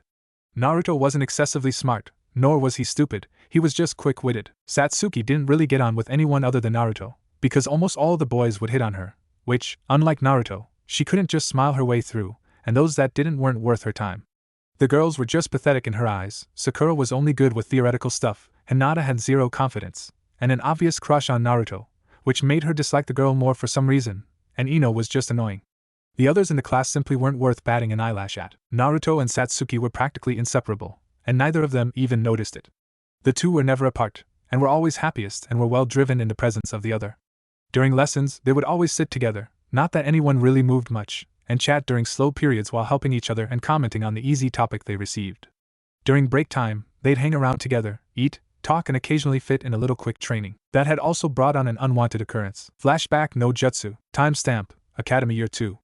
Class ages 7. Satsuki and Naruto were running into the small woods near the academy to fill up the unusually large break period they received. This was a common occurrence for the two youths, since they weren't really the types to just lay around and talk. It wasn't that either of them were opposed to the action, they just preferred to be doing something a little more practical and worth their time, which usually fell into training or something along those lines. So, what should we do today? Naruto asked calmly, despite the fact that they'd been running for numerous minutes at the age of 7. Having been in the academy for a year, the two had started training even more liberally, generally in physical conditioning. Satsuki would admit without any measure of embarrassment that Naruto was abnormally good at taijutsu. It just seemed like he had a knack for it, since he found stances to be very comfortable with little experience in them. He was still 7 though, so a 10-year-old who was moderate in taijutsu would probably still beat him quite easily, but by the time he was the same age he would be much better. On the flip side, Naruto would often comment on how fast Satsuki was, along with finding himself rather entranced with her at times. It was strange, but whenever she moved she seemed unusually graceful and often Naruto would simply forget what he was doing to watch her. She had chastised him on this numerous times, finding him to be rather creepy when he was staring at her like that. He always apologized repeatedly, since he wasn't sure why he was doing it, but that was that. Both of them were pretty good at ninjutsu, but none had put much attention into it beyond what they'd already learned. Satsuki discovered that she had an affinity for Raiton, lightning release, along with Katon, which she'd already guessed. The academy techniques were apparently quite simple, but they would learn those later. How about we race up a tree? Satsuki said with a small smile, which was becoming all the more common in Naruto's presence. Naruto instantly knew she wasn't referring to climbing it the normal way, and nodded energetically. Neither of them had discussed tree climbing with the other, but they somewhat knew that the other was basically on the same level in just about everything. It was getting ridiculous just how competitive the two were. Satsuki had even managed to make Naruto almost as competitive as she was. Sounds good to me, I'm always up for a challenge. The redhead replied happily, while Satsuki narrowed her eyes while maintaining her smile. After a few moments of silence, the two came to a stop in a small clearing with the largest trees in the area. Naruto looked up and around to gauge the rough height and difficulty of climbing the particular trees before nodding in satisfaction when he'd finished his small analysis. Satsuki looked at him like he was stupid, since the information he was after was hardly relevant. Each of them stood at the base of a respective tree, glancing at the other before Satsuki started to count down with her hand. Once she reached 0, they both ran at their tree and began to try and scale it. Unfortunately for Naruto, due to his chakra capacity and inferior speed, Satsuki was able to get noticeably higher than him on the first attempt, much to his ire. He dropped down to the ground with a small stagger, and moments later Satsuki dropped down with infinitely more grace. "Ha! I win!" she exclaimed passionately, making Naruto cross his arms and huff in defeat. It was an unspoken rule that he allows Satsuki to savor her victories, since she really didn't like to lose and she didn't beat him as often as she would have liked. After a few moments of mildly falsified disappointment, Naruto broke out into a smile and allowed his arms to fall back to his sides once more. "I'll get you next time," he retorted cheerfully, before turning to the side, which held seemingly no important details. "Now, could you guys come out? You aren't exactly quiet." The statement was met with confusion by Satsuki, who thought Naruto had heard something that wasn't there. That proved to be wrong when Sakura, Kiba, Ino, Choji and Shikamaru walked out of the bushes. She looked at him with surprise, but ultimately it wasn't important how he heard them. Satsuki began to glare at the offending group, since she didn't appreciate people violating her privacy. Even Naruto looked upset, which wasn't a common occurrence, so it was clear to the 5 young spies that their snooping was not condoned by the pair. Shikamaru was the most indifferent of the group, being the lazy kid he was. Kiba was too overconfident to fully care, but the rest of them looked a little guilty. "Why exactly are you following us?" "I expect a good answer," Satsuki asked dangerously, and most of the offending party inwardly gulped. Satsuki was scary. Her appearance didn't inspire fear, and nor did her careless demeanor, but her skill and anger was plenty enough to scare anyone in their age group. She'd actually knocked Kiba unconscious for invading her personal space once in the past, which wasn't good for his reputation or her record, but she didn't care, he deserved it. "Well, we were a," Sakura stammered out, causing Satsuki's glare to center on her and to intensify appropriately. The raven-haired heiress did not like Sakura. The pinkette was a shameless fangirl, completely inept in the practical aspect of shinobi duties and was generally annoying in both her demeanor and the atmosphere around her. If they were put in the same squad at graduation, Satsuki would probably give up. Naruto raised a hand to stop Sakura from talking and another to calm Satsuki. Much to the Uchiha's ire, it actually worked quite well, as her glare began to shrink down to an expression embodying irritation, rather than anger or worse. It never ceased to surprise anyone just how easily Naruto could talk to Satsuki, and many theorized that she was playing nice with the Hokage's son. These rumors were promptly put to rest when she revealed they'd known each other since they were 4, through their parents who were best friends. "These guys wanted to know where you two would always wander off to. Do you know the drill?" "I just came because Ino's nagging would never end otherwise," Shikamaru answered in his usual bored and nonchalant manner. Naruto suppressed a smirk at the usual answer from Shikamaru, since he was still a little annoyed that they were spying on him and Satsuki. He always savored his alone time with the Uchiha heir, he just liked to be around her. "You could have just asked, rather than spying, though it would have been pretty awesome if you guys had gotten away with it," the redhead stated casually, initially confusing most of the group before they realized he was referring to the potential of stealth skill. Satsuki still didn't look pleased, but rather than make a fuss she decided to simply start walking back towards the academy with a stoically plain face. Naruto sucked his tongue in disappointment before looking back at the 5 unwelcome individuals in front of him. Shrugging, he too started to walk towards the academy, before pausing in his stride after a few steps. "So are you guys just gonna stand here or?" Flashback no jutsu. Kai, which had unfortunately turned into a somewhat common occurrence. Naruto's friendly atmosphere meant he couldn't really say no if other people asked to tag along, much to his own and Satsuki's secret irritation. He was still a lot more open about his connection to the Uchiha heiress than she was to him, but she had become far more friendly since the beginning of the academy, mostly because she had to, which led to their relationship growing all the more. She now had no problem whatsoever being kind and generally pleasant around him, but only him, excluding her family. That was just one of the many unusual quirks that these two had. Satsuki seemed to have difficulty being nice to people, as though it was ingrained into her psyche, while Naruto had difficulty being mean to people, to the point where he would put himself in a bit of a bind in order to be nice or friendly to another person. That was one of the reasons they got along so well. They balanced each other out. Satsuki could chastise Naruto on his overly friendly attitude, while Naruto could placate her when she was about to tear someone's head off. It was an unconventional relationship, but it worked. That wasn't to say that the two never had problems with each other, because it was actually quite the opposite. The key factor was that they could argue, bicker and get at the other's throats without any detrimental fallout on their relationship as a whole. Sometimes Naruto would get irritated at Satsuki's unflinching attempts to fan the flames of their rivalry, while Satsuki was annoyed by Naruto's unbelievably inexhaustible ability to talk about complete rubbish. That never caused any noticeable rift between the pair, but it often surprised outside presences that was the case. Mikoto and Kushina would regularly be completely baffled by the two's magical ability to go from worst enemy to best friend in the matter of moments. But it was actually a pretty good thing since their little plan was still underway, and arguments tended to happen in that kind of relationship. But that was only a rough summary of what happened during those 2 years at the academy and at home, since plenty of different things happened, all of varying importance, that could impact the way their futures progressed. Wheels were turning, gears were grinding, and water was flowing in both the Uchiha district and the Namikaze household. The reason that these things were happening in both places at once was complete coincidence, but none could argue that they were pivotal. Transition. Naruto Uzumaki, who had been begrudgingly convinced to drop the Namikaze from his name, since dual surnames were confusing and clan names were more important, was currently at home, contemplating life, and dealing with some potted plants that he'd gotten at his own request. Minato had acted a little strangely in response to the request, but agreed nonetheless, since he saw no problem with the decision. Contemplating life wasn't the average activity for an 8-year-old child, but as he'd proven time and time again, he was anything but normal. He was well above his peers in shinobi skill, he was actually quite sharp for his age, and he generally progressed through just about anything with ease. He wasn't on the same level of intellect that his father was, but that was to be expected with a brash lady like Kushina involved in his genetic makeup. While he was going about his duties, Minato and Kushina were about to start a very serious discussion down in their living room. "Kushina-chan, I think it's time we told him," Minato said with grave severity, making Kushina pause in her seat momentarily to allow the words to sink into her mind. It wasn't often that they needed to have serious discussions regarding Naruto, since he was generally so easy to be around and skilled as a shinobi in training. "About what?" Kushina asked, seriously hoping that this wasn't what she was thinking it was about. It was different for her. She was informed of the duty before the beast was within her, but Naruto, he had no knowledge nor say in the matter. The fact that he'd contained the complete form of the Kyuubi since infancy with no signs of seal degradation was phenomenal, unheard of.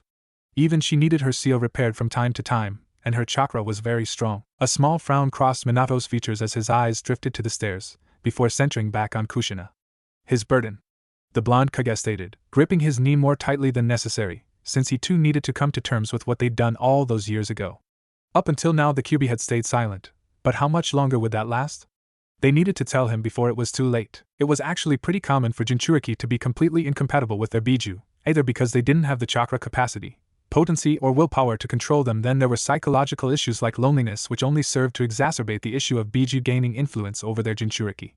It was in everyone's best interest that Naruto learn of the beast soon, come to terms with what it means, and learn to live with it without becoming less than he was. "Are you sure now is the right time? He's still only 8, there's another 4 years in the academy before he goes into any sort of combat," Kushina reasoned, trying to hide her apprehension about telling Naruto full stop. Minato wasn't revered as one of the most shrewd and intelligent men, and shinobi, in general, of his generation for nothing though, as he easily caught it. "I understand this must be difficult for you, having lived through it, and experienced the worst-case scenario, but the sooner we tell him, the more he can adjust to it," the blonde stated knowingly, causing Kushina to fall silent for a few seconds as a regretful frown crossed her features, while the rest of her face softened in guilt and sadness. She hated that she was responsible for placing that beast within Naruto, and she never stopped thinking about what may happen if it got too much control. It was a horrifying thought for a mother. "Alright, let's get it over with." Transition. Over in the Uchiha district, very different, and yet almost equally dire topics were bubbling to the surface. Itachi was always strangely absent as of late, and one of the clan's most revered up-and-coming shinobi had disappeared without any trace, as though he was snatched away by some form of phantasmal being. His name was Shursui Uchiha. The fact that Itachi was always a close friend of Shursui helped many of them explain his absence since the boy's disappearance, but Satsuki wasn't convinced. When Itachi was around, he never seemed like he was sad or in mourning of Shursui. He seemed tense and frustrated. The fact that he and Fugaku had a deteriorating relationship for about a year wasn't helping either. Satsuki had no idea what was going on between the two, but it was obviously raising tensions considerably. What truly set off warning lights was that Itachi shrugged off helping her. To anyone outside the siblings it would look completely normal, as he merely said "No, I'm busy," but to Satsuki it was extremely worrying. Not once before that had he ever blown her off without poking her in the forehead and asking her to forgive him for his inability to help her out. Not once. What was even more troubling, if at all possible, was that he was now fully comfortable admitting the issues and drawbacks with the way the Uchiha clan operated, why it didn't deserve such reputation and fame, and many other topics that confused her. She had always noticed that Itachi seemed to be a little distant from the clan, not fully agreeing with the traditions and mindset of the clan as a whole, but it had gotten infinitely worse. So here she was, merely sitting in her room thinking about just what the hell was wrong with her brother. It was entirely possible that she was overthinking things, that the stress and tension Itachi was portraying in his mannerisms and actions were his way of coping with Shursui's disappearance, and that he did the actual mourning in private.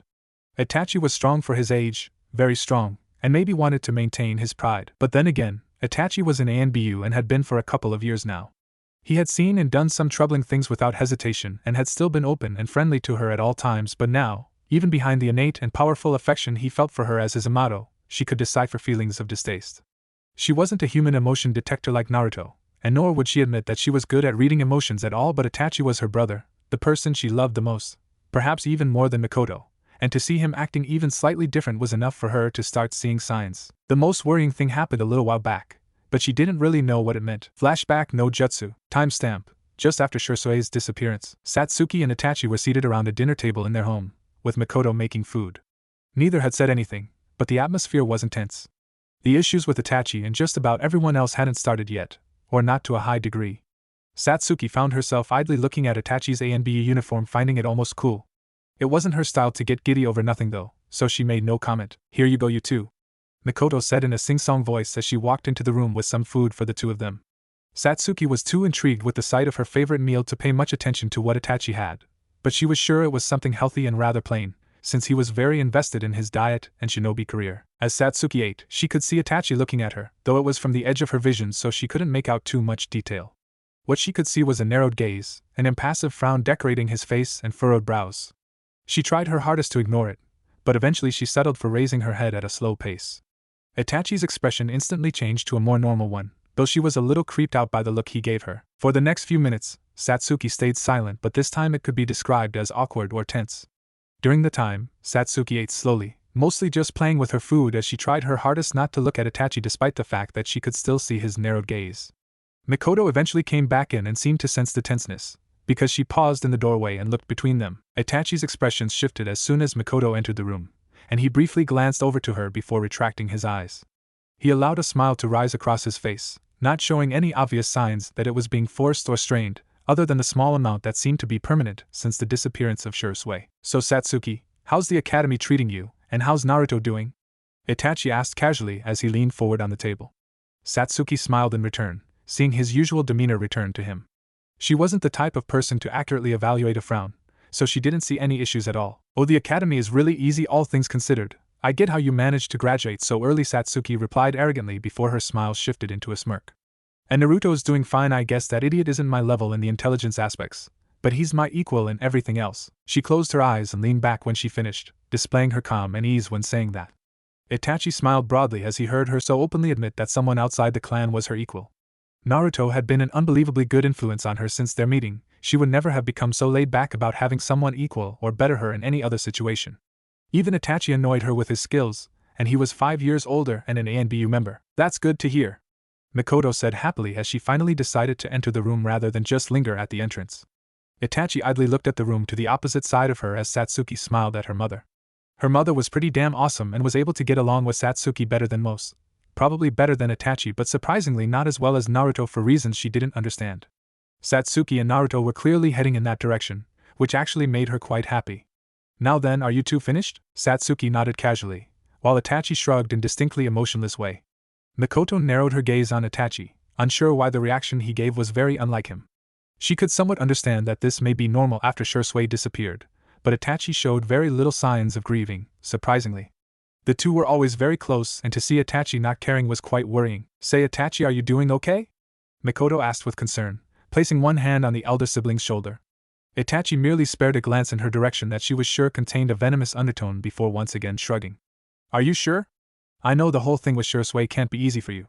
You two were always close, and now that I'm fine," Itachi snapped in return, his Sharingan spinning to life as he snarled at her. For the faintest of seconds, one could perceive the tomos contained within the eyes attempting to merge together, before calming down and remaining in the usual three-tomo state. Mikoto took a step back at the sudden and unnecessary retort, before calmly and without a word taking their plates and leaving the room, while Satsuki sat very quietly in her chair, having been made very uncomfortable in her brother's presence. After a few moments, Itachi stood and left the room, leaving a bewildered and uncomfortable young girl in his wake. Flashback no jutsu. Kai, since it was so abnormal. She knew that Itachi loved Mikoto very much, and for him to intentionally be so cold to the woman was almost unthinkable. It had gotten to the point where she was so worried about Itachi and their relationship that she had actually become more antisocial, and even angry in public. The fact that Naruto hadn't said anything just proved how obvious her problems were. He was too damn selfless, and he had learned not to pry into her affairs. She had improved her relationship with her father considerably since she learned her first elemental ninjutsu, since seeing her potential was the foundation of the two getting along. The fact that Itachi had become more and more edgy and rebellious meant that he was far happier to ignore the older sibling as well, so at least there was a small silver lining to the situation, but it was surrounded by vicious storm clouds. This is impossible, I'll think about it later, Satsuki muttered to herself impatiently, before getting ready to leave. Despite regularly training with Naruto on academy days, she still liked to squeeze in some extra training on the off days. Whether or not she did it to get an edge up on the previously mentioned redhead was completely irrelevant probably. She opened her door slowly, since opening it quickly often resulted in her hitting someone in the face, before walking at a brisk pace through the largish building that made up the Uchiha's clan head housing. As far as clans and rules went, the Uchiha were a very traditional bunch, believing that the leader of the clan should represent the greatest of them, even down to housing. It was probably this reason that led to Satsuki and many other Uchiha shinobi becoming overly prideful and the source of their views on strength. That being said, there were still several noteworthy individuals within the clan who were very selfless and peaceful people. Kagami Uchiha, who was once a teammate of the Sandaime Hokage, was noted as a relevant example since he was good enough to get even the Nidaime, an individual who was admittedly wary of the Uchiha clan, to work with and trust him. None of that was entirely relevant at the moment though, as Satsuki began to pick up what sounded like a muffled argument. She furrowed her brows, tilting her head to the side before raising a single brow and briefly considering whether to ignore the sound or to check it out. Being her usual self and feeling the need to know everything, she ultimately decided to check it out. Tired of hearing about you sneaking off Kami knows where. Things are complicated enough after Shirsue's disappearance, and I don't need you adding to it. The voice was familiar, despite the muffling through the walls. It was clear that it belonged to Fugaku Uchiha, but it was uncertain who he was speaking with. Then a second voice, sounding equally annoyed, decided to reply. I don't see how that's my problem. Oh wait, yes it is. Because I'm just a glorified weapon to you, a display of our clan's strength. The snarl and anger within the second voice was audible through the somewhat thin walls of the Uchiha compound, as was the identity of the user. Itachi. Satsuki was well aware that Fugaku and Itachi weren't getting along too well these days, but she had no idea that their relationship had degraded so far. Pressing her ear to the door of the chamber she heard the voices coming from, she frowned in confusion as to why they were arguing. You are the most gifted Uchiha in generations. Look at you, an ANBU member at the age of only 13, a possessor of a fully matured Sharingan and a tactician with almost no equal. Isn't it logical that I make use of your skill? Came the deceptively calm voice of Fugaku, before a bark of laughter was shot in response from Itachi. That's exactly your problem too, San. Itachi's angry voice spat the word like a curse, as though the mere word was meant to carry malice. You don't look at me as a son, you look at me like an opportunity, a mere representation. You and this entire clan are hopeless. All any of you care about is the clan and our appearance. An almost inaudible gasp, or maybe a growl, it was hard to make out, was then heard from within the room before a tense silence fell upon the entire compound. Satsuki could have sworn it hadn't ever been so quiet in her short life, and the weight was making her fidget nervously with her hands as her eyes darted around the room, looking desperately for something to capture her attention while she waited for the conversation to continue. She wasn't even sure why she was still listening.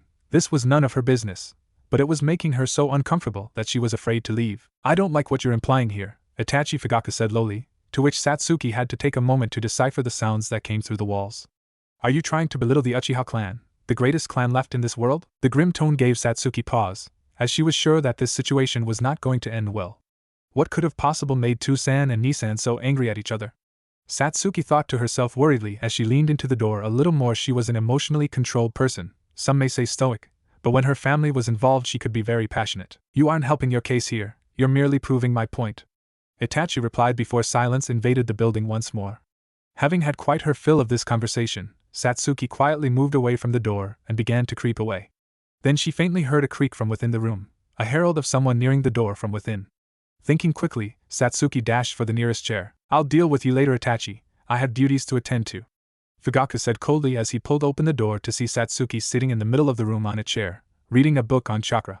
She turned towards him with slight interest, before noting who it was and shooting him a pleasant smile. He narrowed his eyes at her for a moment before shaking his head and continuing his way out, while Satsuki's eyes trailed suspiciously after him. She let out a deep but quiet sigh at the lack of a confrontation, before Itachi too walked out of the room, looking significantly more flustered than Fugaku did. He didn't say Satsuki the slightest amount of attention before storming deeper into the compound, presumably towards his room or maybe the garden. I don't like this, she thought to herself while sucking through her teeth. Naturally, family disputes happened and were a normal occurrence for most families, but this one did not sound like something that she wanted a part of. Hell, she didn't want it to happen at all. Knock knock. Satsuki raised an eyebrow at hearing a knock of the front door, before shrugging and walking over to it. Before she was able to do so, the door opened and 3 of her fellow clan members walked in, all males of varying ages. She looked at them with irritation, since it was very frowned upon to simply allow yourself entry to the home of another, especially the clan head. Upon noticing the young girl looking at them, each of them felt a rush of 2 distinct things: embarrassment for their impatience, and the diminishing manliness that came from being frowned upon by an 8-year-old girl. That was quickly corrected when they remembered what they were there for. "Sorry for the intrusion, but we need to see Fugaku immediately," the apparent leader of the small group asked. He was probably middle-aged, with silvery gray hair and squinted eyes. If Satsuki remembered correctly, he was Yashiro Uchiha. She couldn't quite remember the other 2 along with him though. She let out a small hum as she tried to think of where her father may have gone, but she was, quite frankly, unsure about where he was heading. He was in quite a hurry, so even though he only left a couple minutes ago, tracking him down wouldn't be easy. "He left about a minute or 2 ago. I think Itachi and I knows where he went," Satsuki said nonchalantly, knowing Itachi was the best lead, despite his current emotional state. Strangely, each of the 3 men exchanged a look that spelled trouble upon the mention that Itachi was around without Fugaku being there too. Satsuki narrowed her eyes at them questioningly as they began to quietly whisper amongst themselves. Naturally, being the perfectionist and the superior individual that she liked to think she was, she coughed loudly to regain their attention. "Oh, sorry about that. Speaking to Itachi is probably wise. We'll give him a chance," Yashiro said cryptically, the end of the sentence descending into a quiet mutter. Once again, Satsuki's face convulsed slightly in confusion and impatience, but she didn't want to force them to reiterate everything they said, mostly because she didn't care enough. "All right, follow me," she said with the most polite tone she could muster, before leading them through the compound as they continually began to whisper to themselves. She considered telling them to either shut up or raise the volume, but that may have been frowned upon. When she reached Itachi's room, she gave it 2 taps and received a hum of acknowledgement before letting herself in. Seeing Itachi in a meditative pose in the center of the room certainly wasn't the thing she was expecting, but it wasn't exactly odd for him either. "Nisan, these guys want to talk to you. Show them out when you're done, okay?" Satsuki said sweetly, getting a strange look from the 3 men. Satsuki was well known within the community. She was adventurous and quite confident for her age, which made it easy to pick her out from normal children. "All right, thank you, Satsuki-chan," Itachi said, standing from his pose before turning to face them. Upon seeing who the men were, Satsuki could have sworn that a scowl etched its way across his features before impassiveness captured the air. She then shook the thought of her head before quickly showing herself out of the room, flashing a false smile at the men on her way out. She began to walk down the hall before finding her curiosity once again too great to ignore. Creeping back down, she ever so slightly parted Itachi's door to see within, before falling silent to watch. "We know what you did, Itachi." Transition. In the Namikaze/Uzumaki household, Naruto was sat around a table with only himself and his parents. Initially, the idea of a family discussion hadn't worried him in the slightest, since he was never really told anything bad or whatever, other than when Kushina scolded him for sneaking downstairs for ramen in the middle of the night, or when he tried using ninjutsu indoors, or when he brought home a cat. Okay. It happened more often than it should have. Regardless of that, he could tell this conversation would be different. His parents looked solemn, guilty almost, and it was a frightening sight. His mother was always overbearing and cheery while his father was always controlled but warm all the while.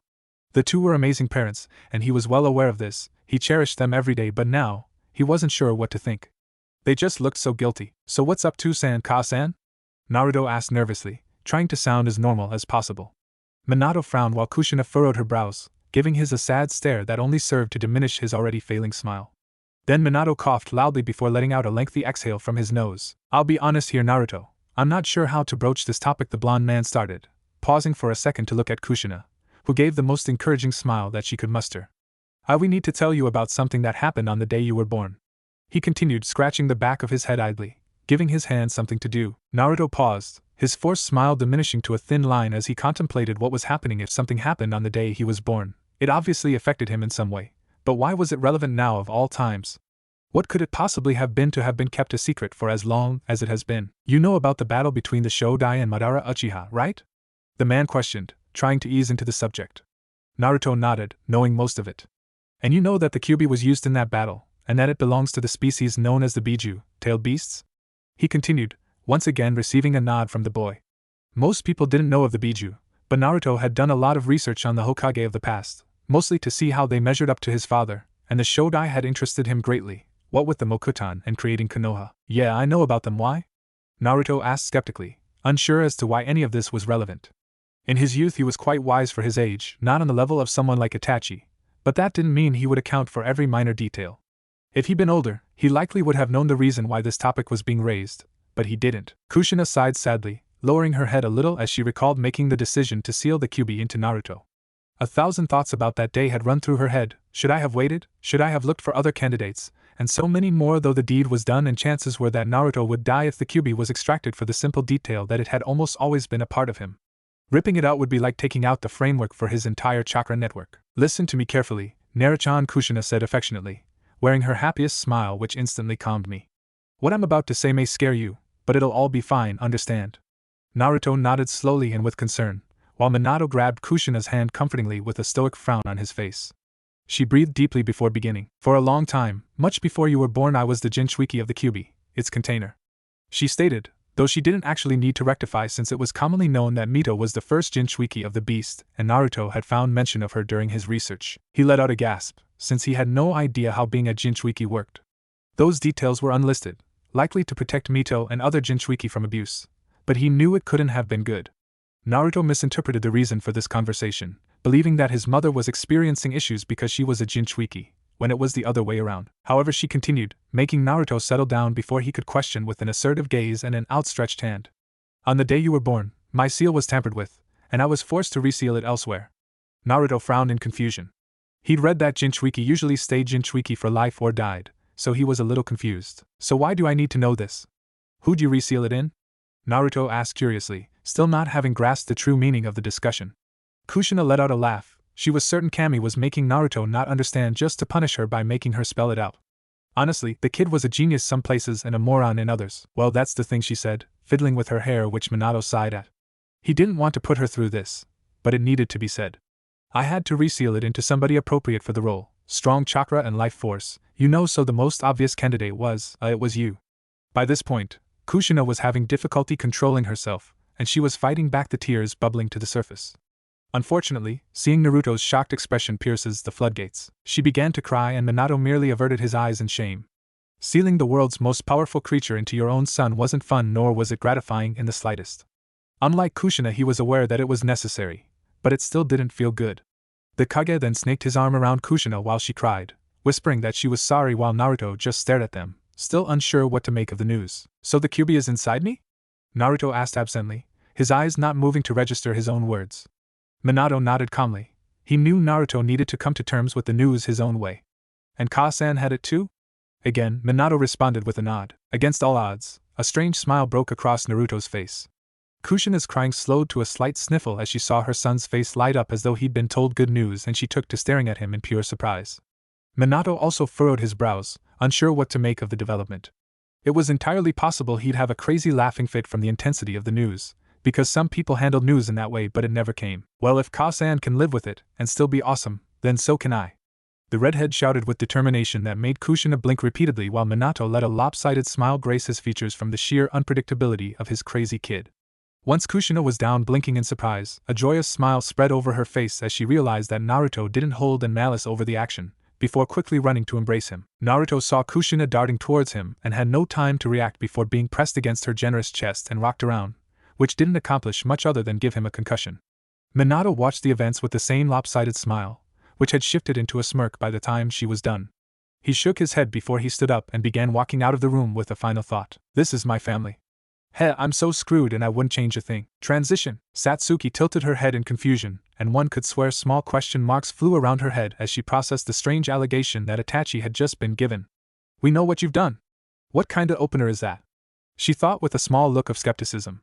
Itachi was a devoted shinobi. She had serious doubts that he'd done anything. I have no idea what you guys are referring to, but I don't appreciate being the target of strange allegations, Itachi said calmly, as he sat down on a small chair and began emptying a pouch filled with shuriken and kunai before seemingly going to count them. The leader of the accusing party scowled at the ignorance, before gripping Itachi's shoulder tightly and turning the boy towards him. We're being very serious here, Itachi. We know it was you. We were just giving you the chance to come clean before we told Fugaku. Yashiro shouted, clearing furious over Itachi's proclaimed innocence to whatever it is they were discussing. Itachi let out a snorted laugh at the mention of Fugaku's name, much to the surprise of the men, before standing up once more and pacing the room for a few moments. He stared at them inquisitively, his Sharingan now active, causing all of the other men to activate their own dojutsu. With a shake of the head, Itachi sat back down. When someone gives out allegations, they are meant to say what the allegations are. Would you prefer we talk in a circle all day? The young but wise Uchiha siblings stated stoically, confusing the men who had just sworn that he was about to initiate a fight. Yashiro shook his head vigorously, before letting out a small growl. I didn't want to spell it out, but fine. We found Shursui's body, and we know it was you that killed him, the man said angrily. His anger dissipated and the look on his face became a little worried as all sound in the house stopped. There wasn't the chirping of birds, the rustling of trees outside, there was just silence. Meanwhile, Satsuki was shell-shocked from the accusation. No way, Nii-san could never kill Shurasui. They were best friends, she thought to herself, covering her mouth in fear of giving away her location. Itachi sighed and looked down at his desk, fiddling with some shuriken before packing all the things back into the small pouch. Well, this is unfortunate, isn't it? He said, slowly rising from his seat while all the other men in the room deepened their stances in preparation for a fight. I guess we'll have to settle this. Satsuki could swear he looked at her when he said this, peering at the crack in the door as his eyes shifted into a pinwheel shape, before he snapped his head to face them. That's the main Yashiro started, but unfortunately Itachi only gave them a moment to soak it in before acting. Amaterasu, the boy said calmly, as he cried out a red stream of blood from his socket, and his eyes became bloodshot all in an instant, before the men were lit aflame by roaring black flames and fell to the ground screaming. Itachi once again turned to the door, to see nobody there. Satsuki-chan, how foolish, he muttered before taking off after her. Meanwhile she was sprinting through the house, tears falling from her eyes as she ducked and weaved through corridors. She couldn't believe what she just saw, and nor did she understand it. Itachi's eyes had become more than what was meant to be possible with the Sharingan alone. He'd killed 3 of their clan members ruthlessly, and Shurasui too. As she ran, she never noticed a figure standing in her way, which she then promptly bumped into. She fell to the ground, fearfully snapping her head up to see the silhouetted face of Itachi, his pinwheel eyes spinning maliciously in the shadows. Before she knew it, everything was darkening and she left the realm of consciousness. Transition. Satsuki then shot up in her bed, sweating profusely. She looked around violently to see nothing out of the ordinary.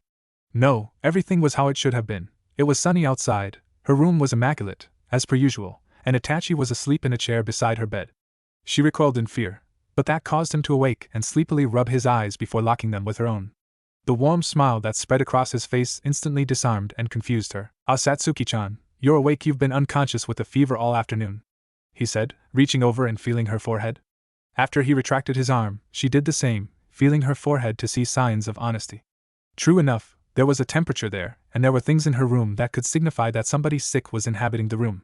Things like water, some pills, a thermometer, etc. When did I fall asleep? Satsuki asked with worry, which genuinely seemed to concern Itachi as he placed a hand on her own while wearing his best sibling-friendly smile that he could. She felt herself calm down from the warm and gentle touch, allowing the smallest of smiles to grace her face. Tusan said he spoke to you just before he left, and I saw you a little bit after that before heading to the study, but then after a while I found you passed out in the living room, Itachi replied, noticeably embarrassed.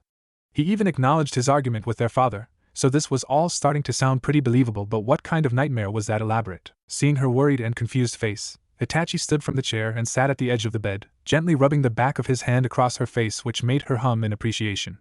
If anyone else tried doing this to her, she'd probably break their arms, but Itachi was very special to her despite her strange dreams. You were tossing and turning quite a bit too, I think I even saw you crying at one point, the boy stated, a knowing smirk adorning his face as he finished.